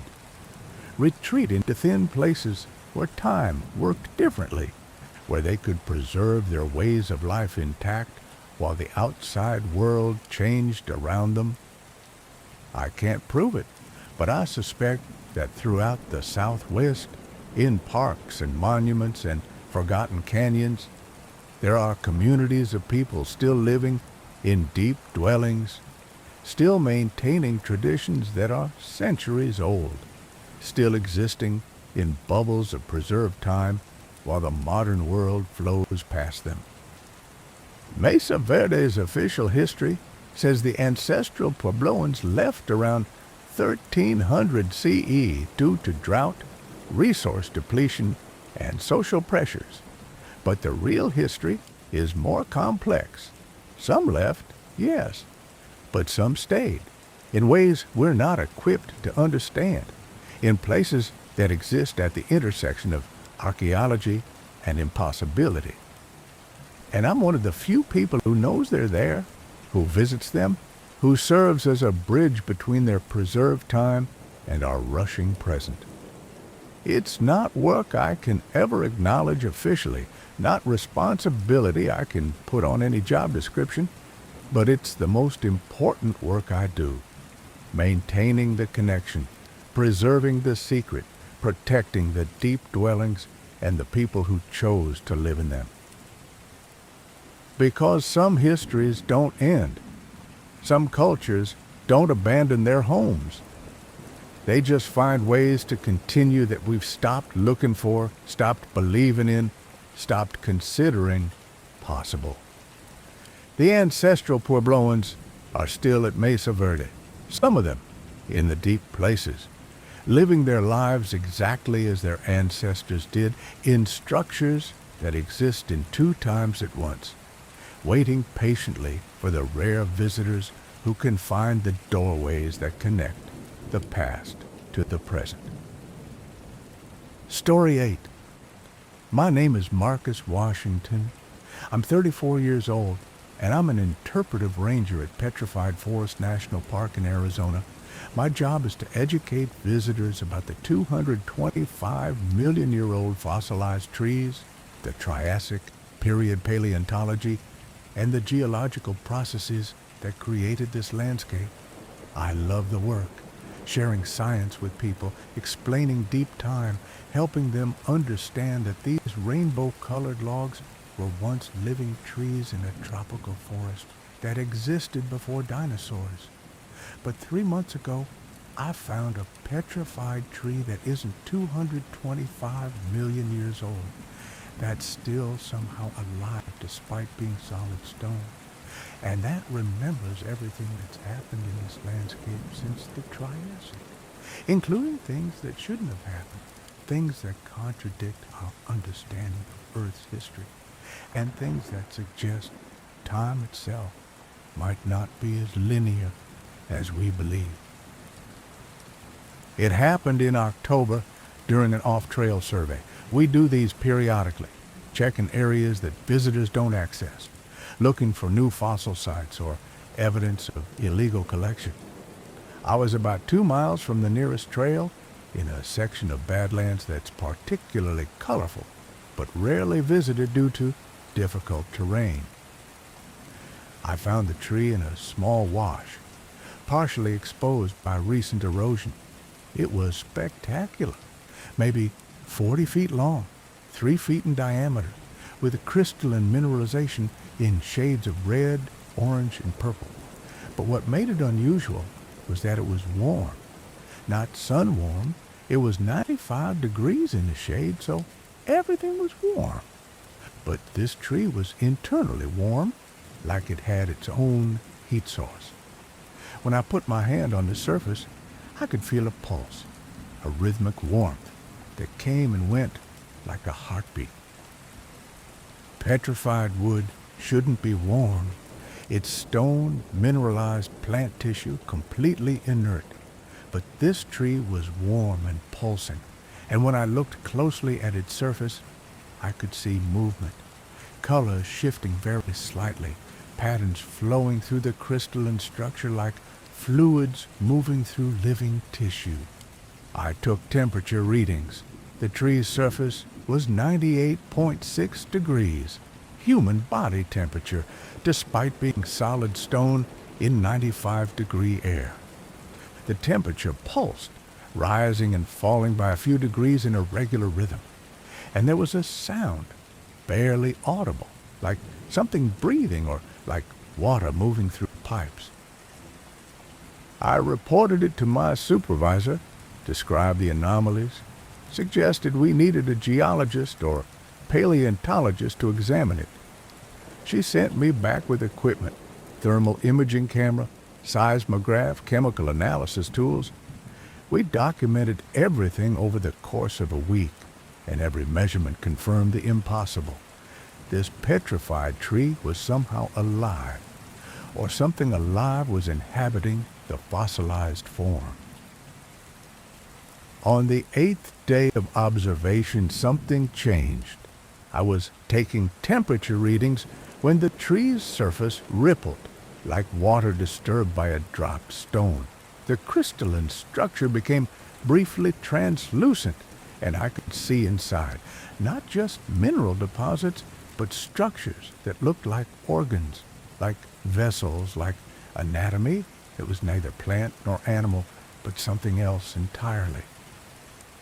And then I heard a voice, not audible sound, but communication directly into my mind. Finally, someone who observes long enough. Finally, someone who stays. I jumped back, dropping my equipment. Who are you? What are you? I am what remains when life becomes stone. I am memory, crystallized. I am the forest, remembering itself. You're the tree? You're alive? I was a tree.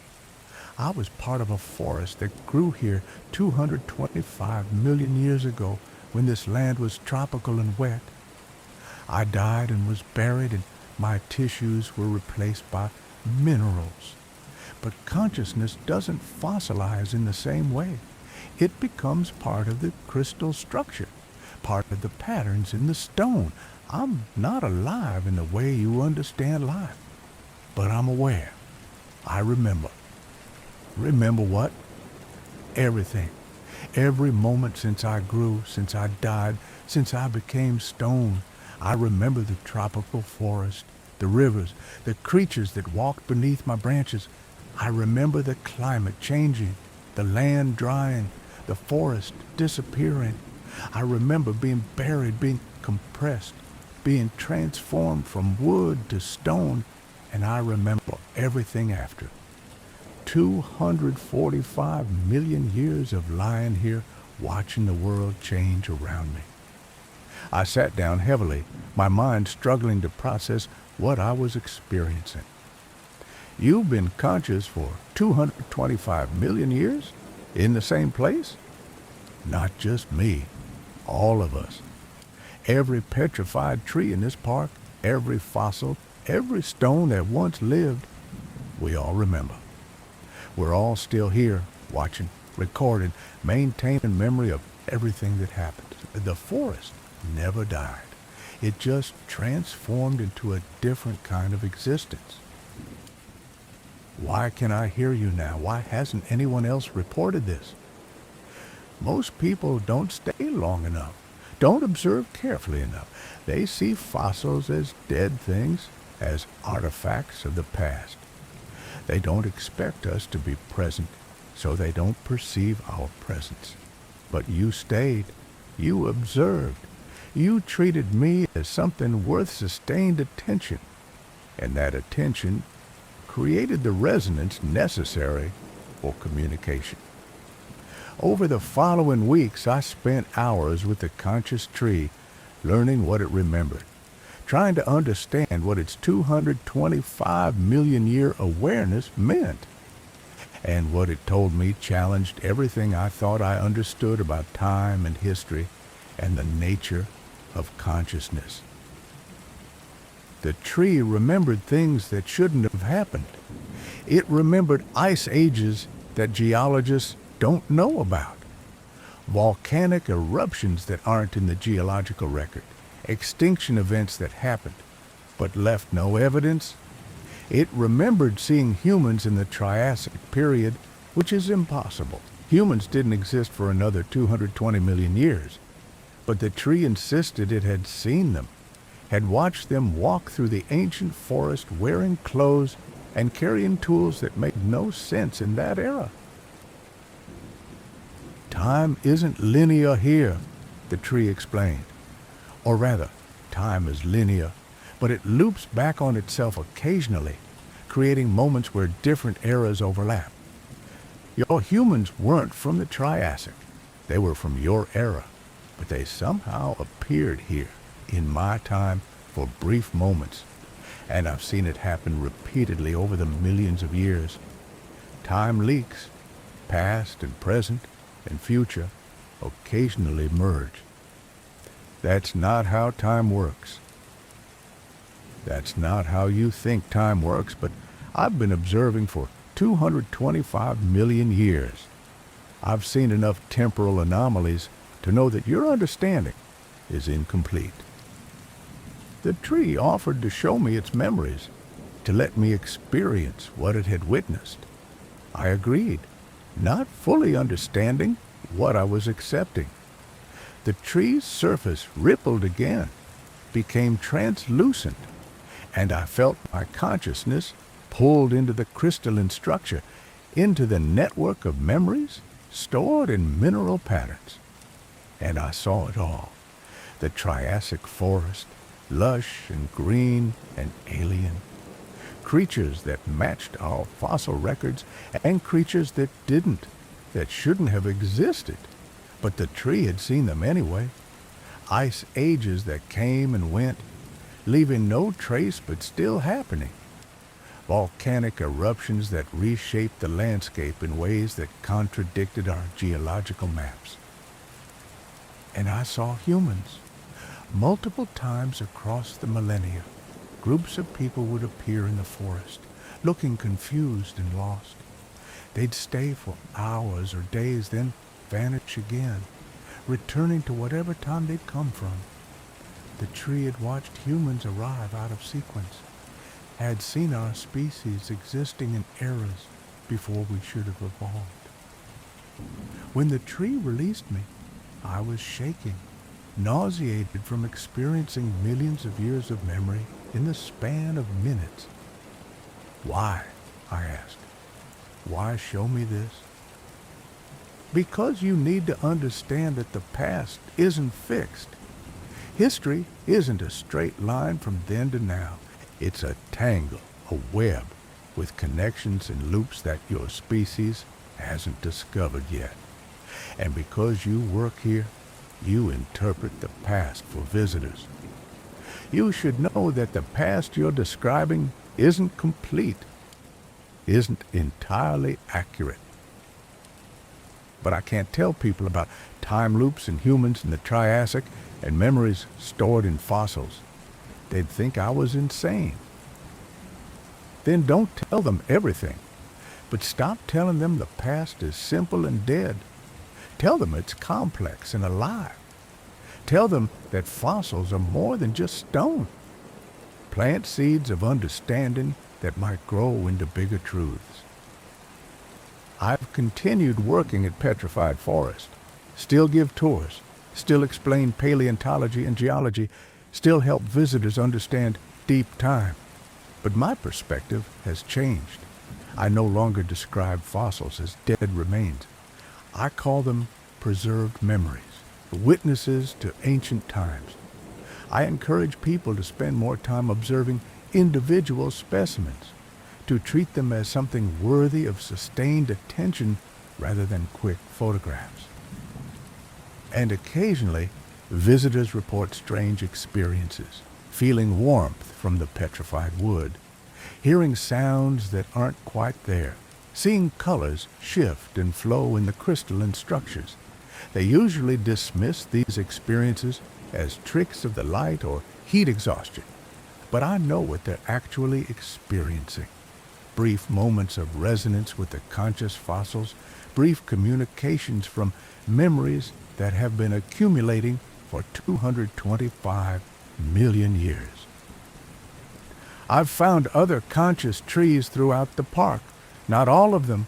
Most petrified wood is truly inert, truly dead, but some percentage, maybe 1 in 100, maintained enough structural complexity during fossilization to preserve awareness, to continue existing in some form beyond death.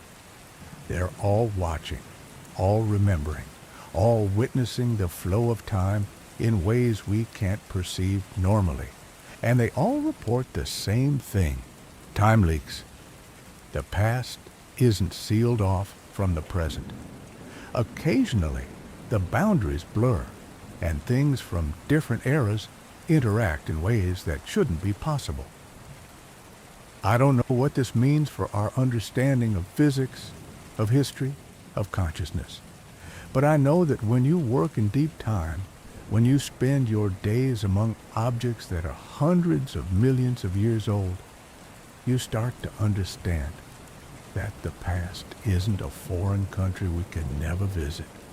It's a place that occasionally overlaps with now, that maintains awareness through preserved structures, that watches the present with the patient attention of beings who've been observing for longer than our species has existed. The Petrified Forest isn't a graveyard of dead trees. It's a library of living memories, a network of conscious witnesses that have been recording Earth's history for longer than any human record. And if we learn to communicate with them properly, if we develop the technology or sensitivity to interface with their crystalline consciousness, we could access a historical record that goes back to the Triassic period, that includes events we've never known about, that documents the true complexity of how time works.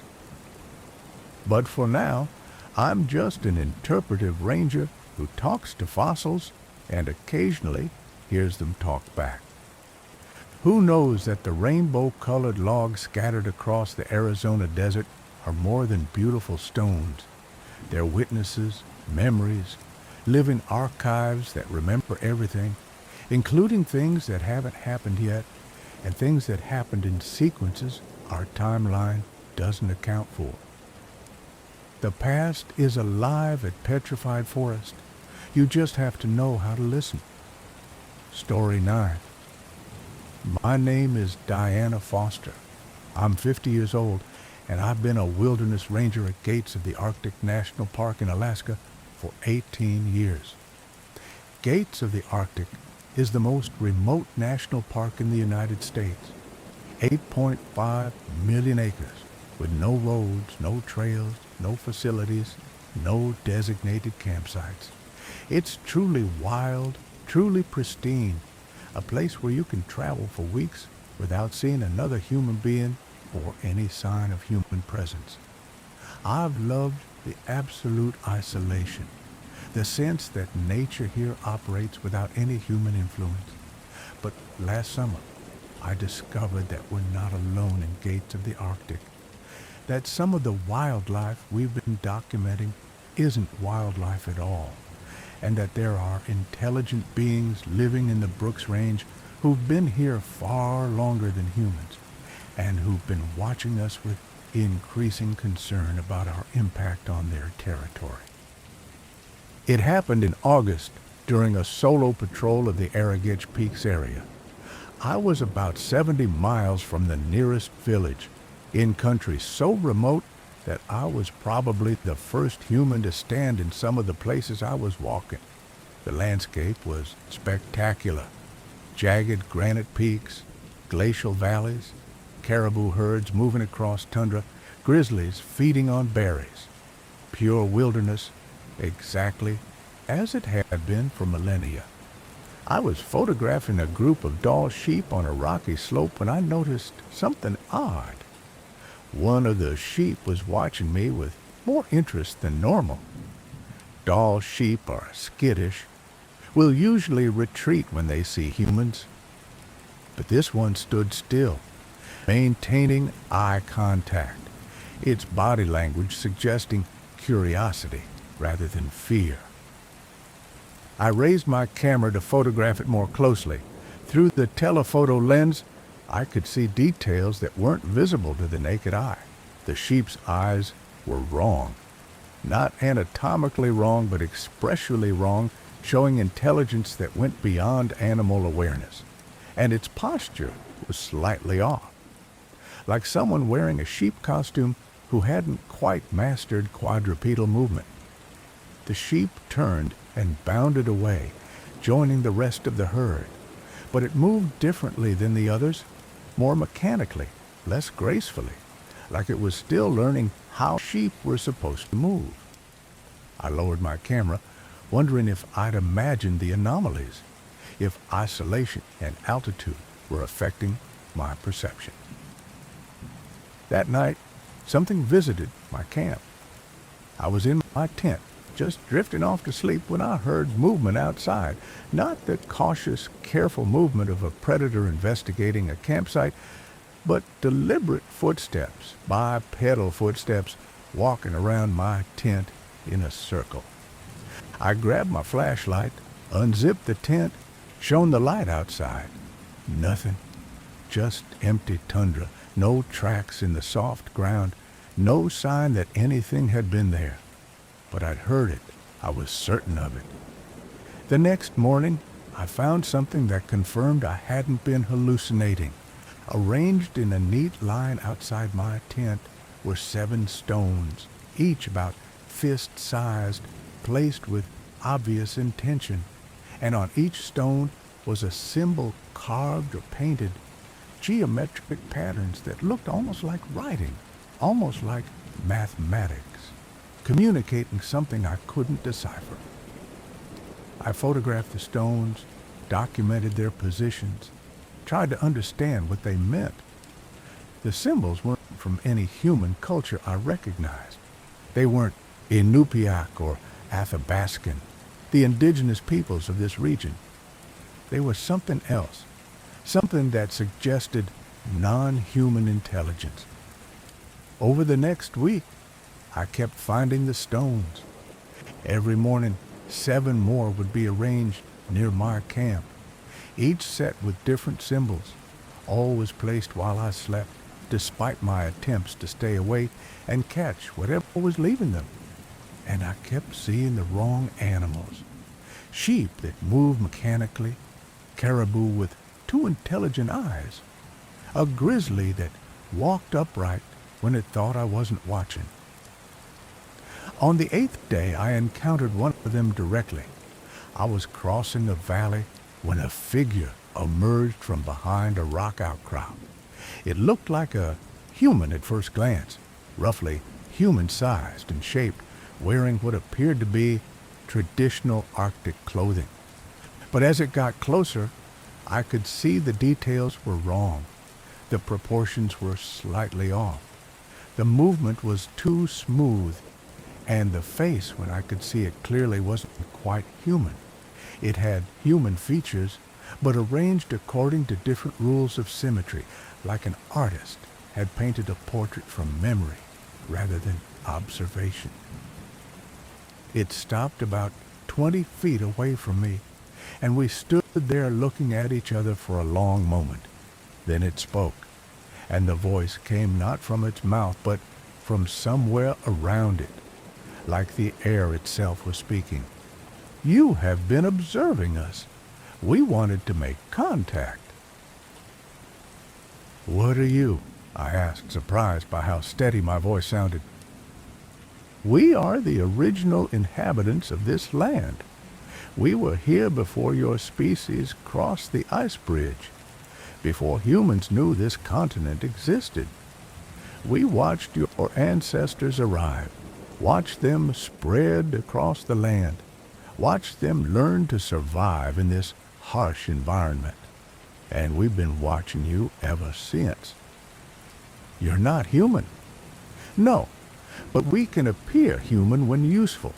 Just as we can appear as any animal native to this region, we are shapeshifters, to use your terminology, though that word doesn't capture the complexity of what we are. We're beings who exist in a state of constant adaptation, changing our forms to suit our needs and environments." "How many of you are there?"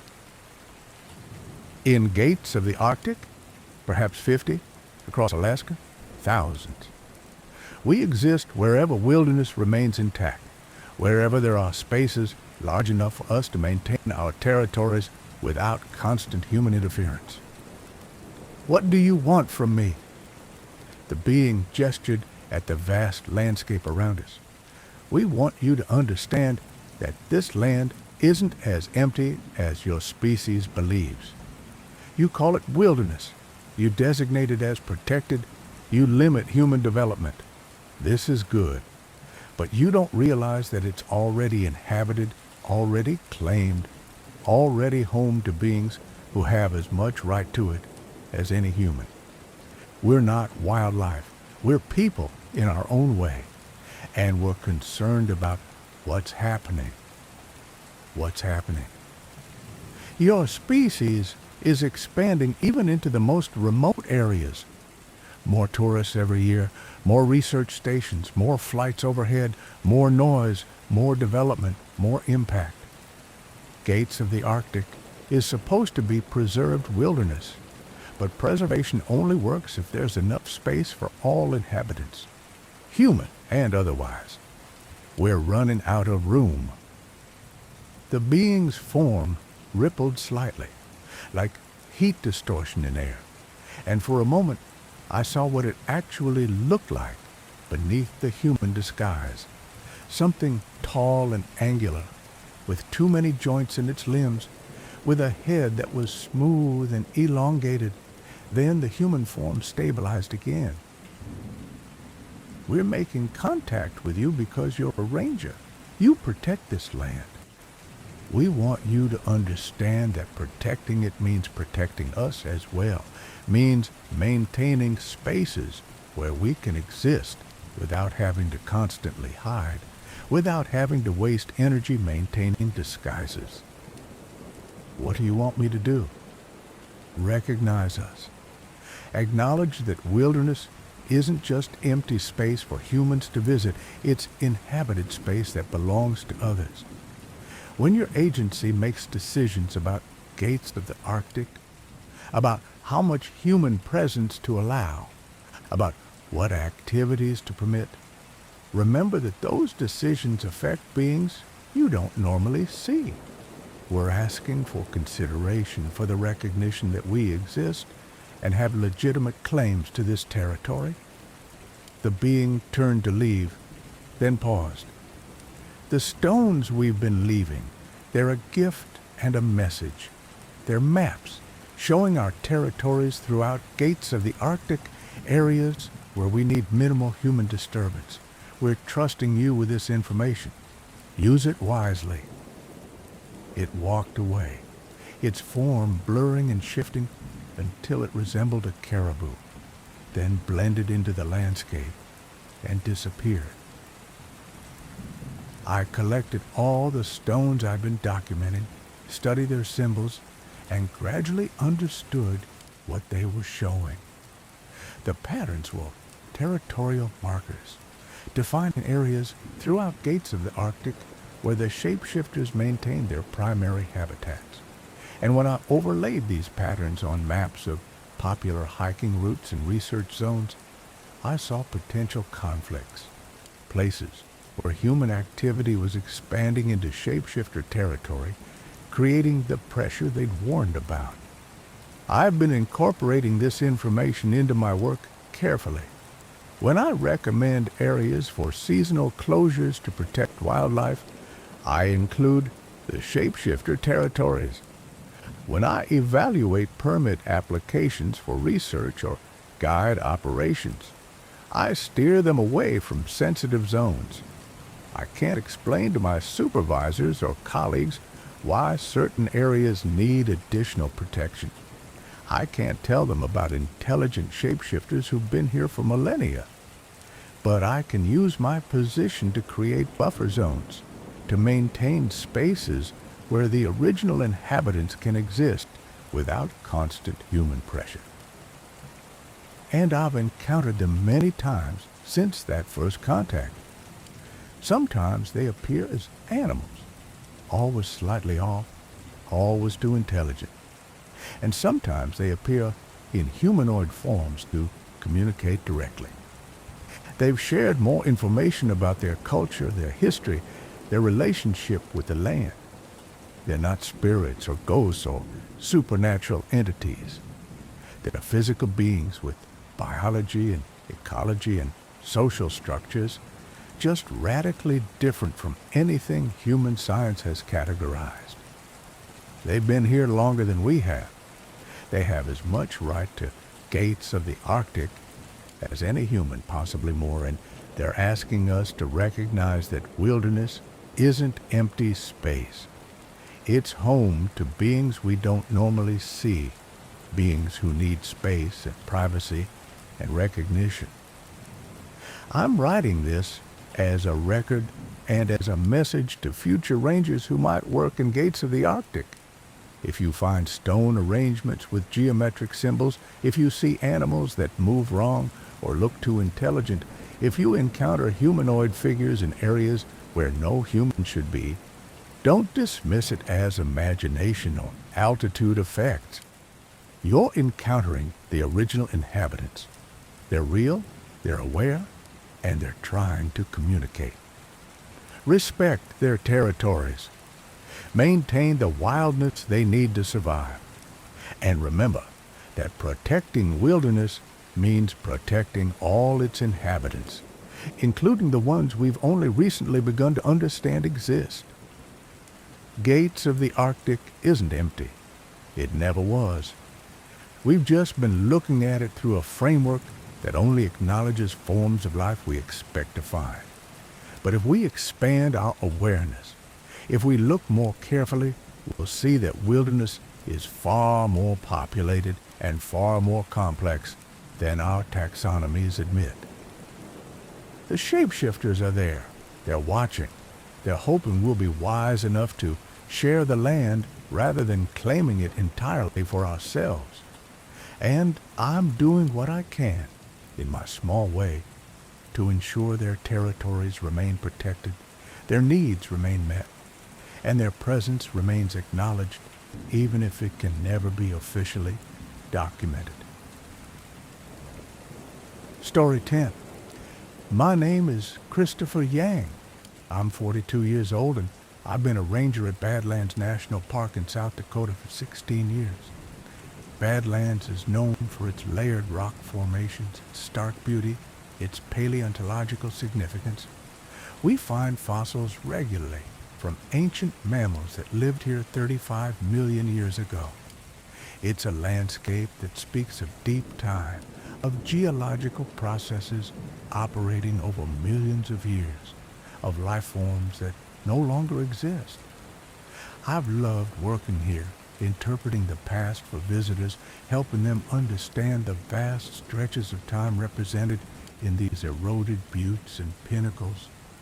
But 4 months ago, I found a fossil bed that contains species that never existed on Earth, and bones that show evidence of technologies that shouldn't have developed until humans came along.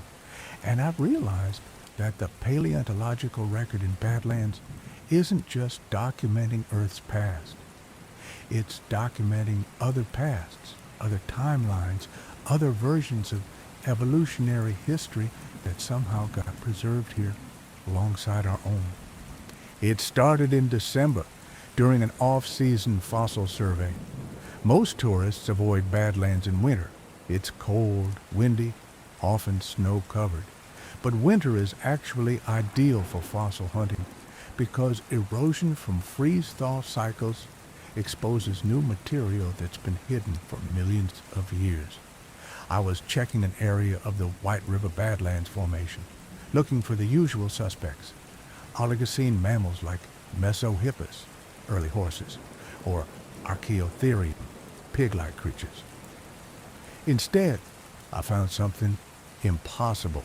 It was a skull, partially exposed by recent erosion, approximately the right size to be an Oligocene mammal. But when I carefully excavated around it, I discovered features that didn't match any known species. The cranial structure suggested high intelligence, a brain case far too large for any Oligocene mammal. The eye sockets were positioned for stereoscopic vision like a primate. But this was 35 million years old, far too early for primate evolution in North America, and the jaw structure showed evidence of something that looked disturbingly like tool marks, wear patterns suggesting the creature had used its teeth to hold objects while manipulating them with forelimbs. I documented everything, photographed from every angle, then carefully extracted the skull. Back at the lab, our paleontologist examined it with increasing confusion. "This doesn't match anything in our databases," she said. "The morphology is all wrong. It's like someone took features from primates, carnivores, and early ungulates and combined them in a way that shouldn't be evolutionarily possible." We ran dating tests. The surrounding sediment was definitely Oligocene, 32 million years old. The fossilization patterns matched other fossils from the same formation. This skull had been buried and preserved 32 million years ago, just like all the legitimate Oligocene fossils we regularly found. But it represented an animal that shouldn't have existed in that era, that showed cognitive developments that wouldn't appear in Earth's evolutionary record for another 30 million years. "Maybe it's a hoax," my colleague suggested. "Someone could have planted it, carved it from existing fossils to create a fake." But the fossilization was genuine. The mineralization patterns couldn't be faked. This skull had been in the ground for 32 million years, had undergone the same geological processes as everything else in the formation. It was real. I went back to the site, with a full excavation team. Over the next week, we uncovered an entire assemblage of impossible fossils. More skulls showing high intelligence, limb bones with unusual joint structures suggesting manual dexterity, and most disturbingly, bones that showed evidence of deliberate modification, cuts that looked like tool marks, holes that suggested piercing or drilling, surfaces that had been smoothed or polished.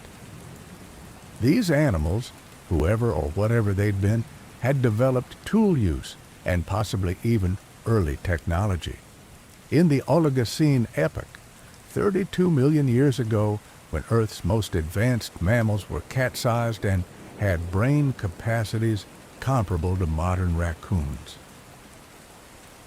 This is going to rewrite everything we know about evolutionary development, the paleontologist said. We'll need to publish, bring in experts, reevaluate our entire understanding of when intelligence developed. But as we excavated further, we found something even more impossible. In the same strata mixed with the intelligent Oligocene fossils, we found modern animals. Bones from species that shouldn't exist for another 32 million years. A horse skull that matched modern equus, not the tiny Oligocene Mesohippus. Canid remains that looked like contemporary wolves. And most shockingly, a partial skeleton that looked disturbingly human. Bipedal, roughly 5 feet tall, with bone structure that matched Homo sapiens. All of it fossilized together, all of it showing the same age, all of it preserved in sediment that was definitely, unquestionably, 32 million years old. This doesn't make sense, I said, staring at the excavation site. These animals are from completely different time periods. They couldn't have lived together, couldn't have died, and been fossilized in the same event. Unless, the paleontologist said slowly, there was some kind of temporal mixing, some event that brought together animals from different eras and preserved them simultaneously. We kept digging, expanded the excavation area, and found more impossibilities. Fossils from the Cretaceous period mixed with Oligocene fauna, bones from the Pleistocene alongside creatures that lived 250 million years ago. The fossil bed was a jumble of different eras, different evolutionary lineages, all preserved together as if time itself had broken down and multiple periods had collapsed into the same moment. And stranger still, some of the fossils showed evidence of having lived together, not just died together.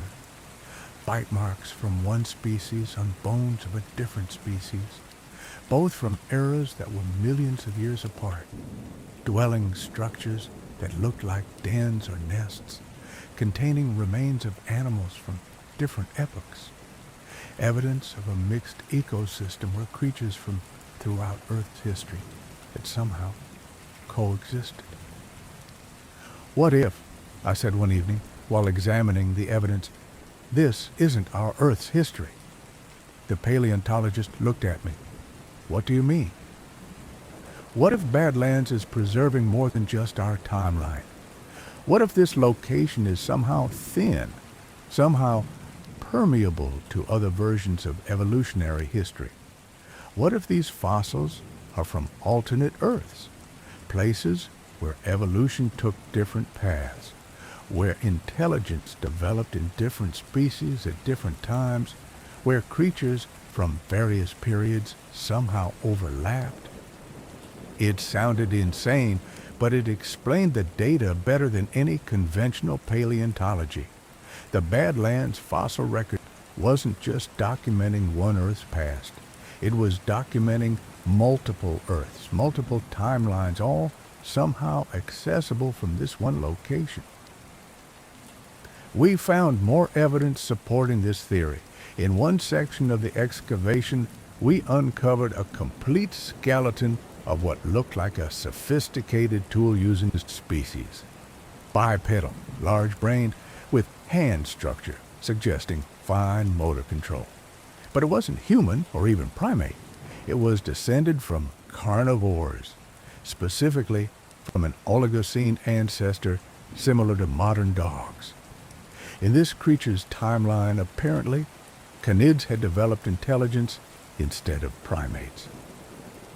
In another section, we found marine fossils mixed with terrestrial ones, from an era when the Badlands was landlocked. These came from a timeline where continental drift had taken a different path, where South Dakota was coastal, where evolution had produced different ecosystems and different dominant life forms. The more we dug, the more timelines we found. Hundreds of them, maybe thousands, all preserved in these layered Badlands formations, all accessible through some property of this location that made it a crossroads of evolutionary histories. "We can't publish this," the paleontologist said finally. "If we try to explain what we're actually finding, we'll be dismissed as crackpots. Our careers will be over." So what do? We publish the least controversial specimens, the ones that are unusual but not impossible, and we quietly archive the rest, document them for future researchers who might have better frameworks for understanding what we've discovered. That's what we did. We published a paper about unusual Oligocene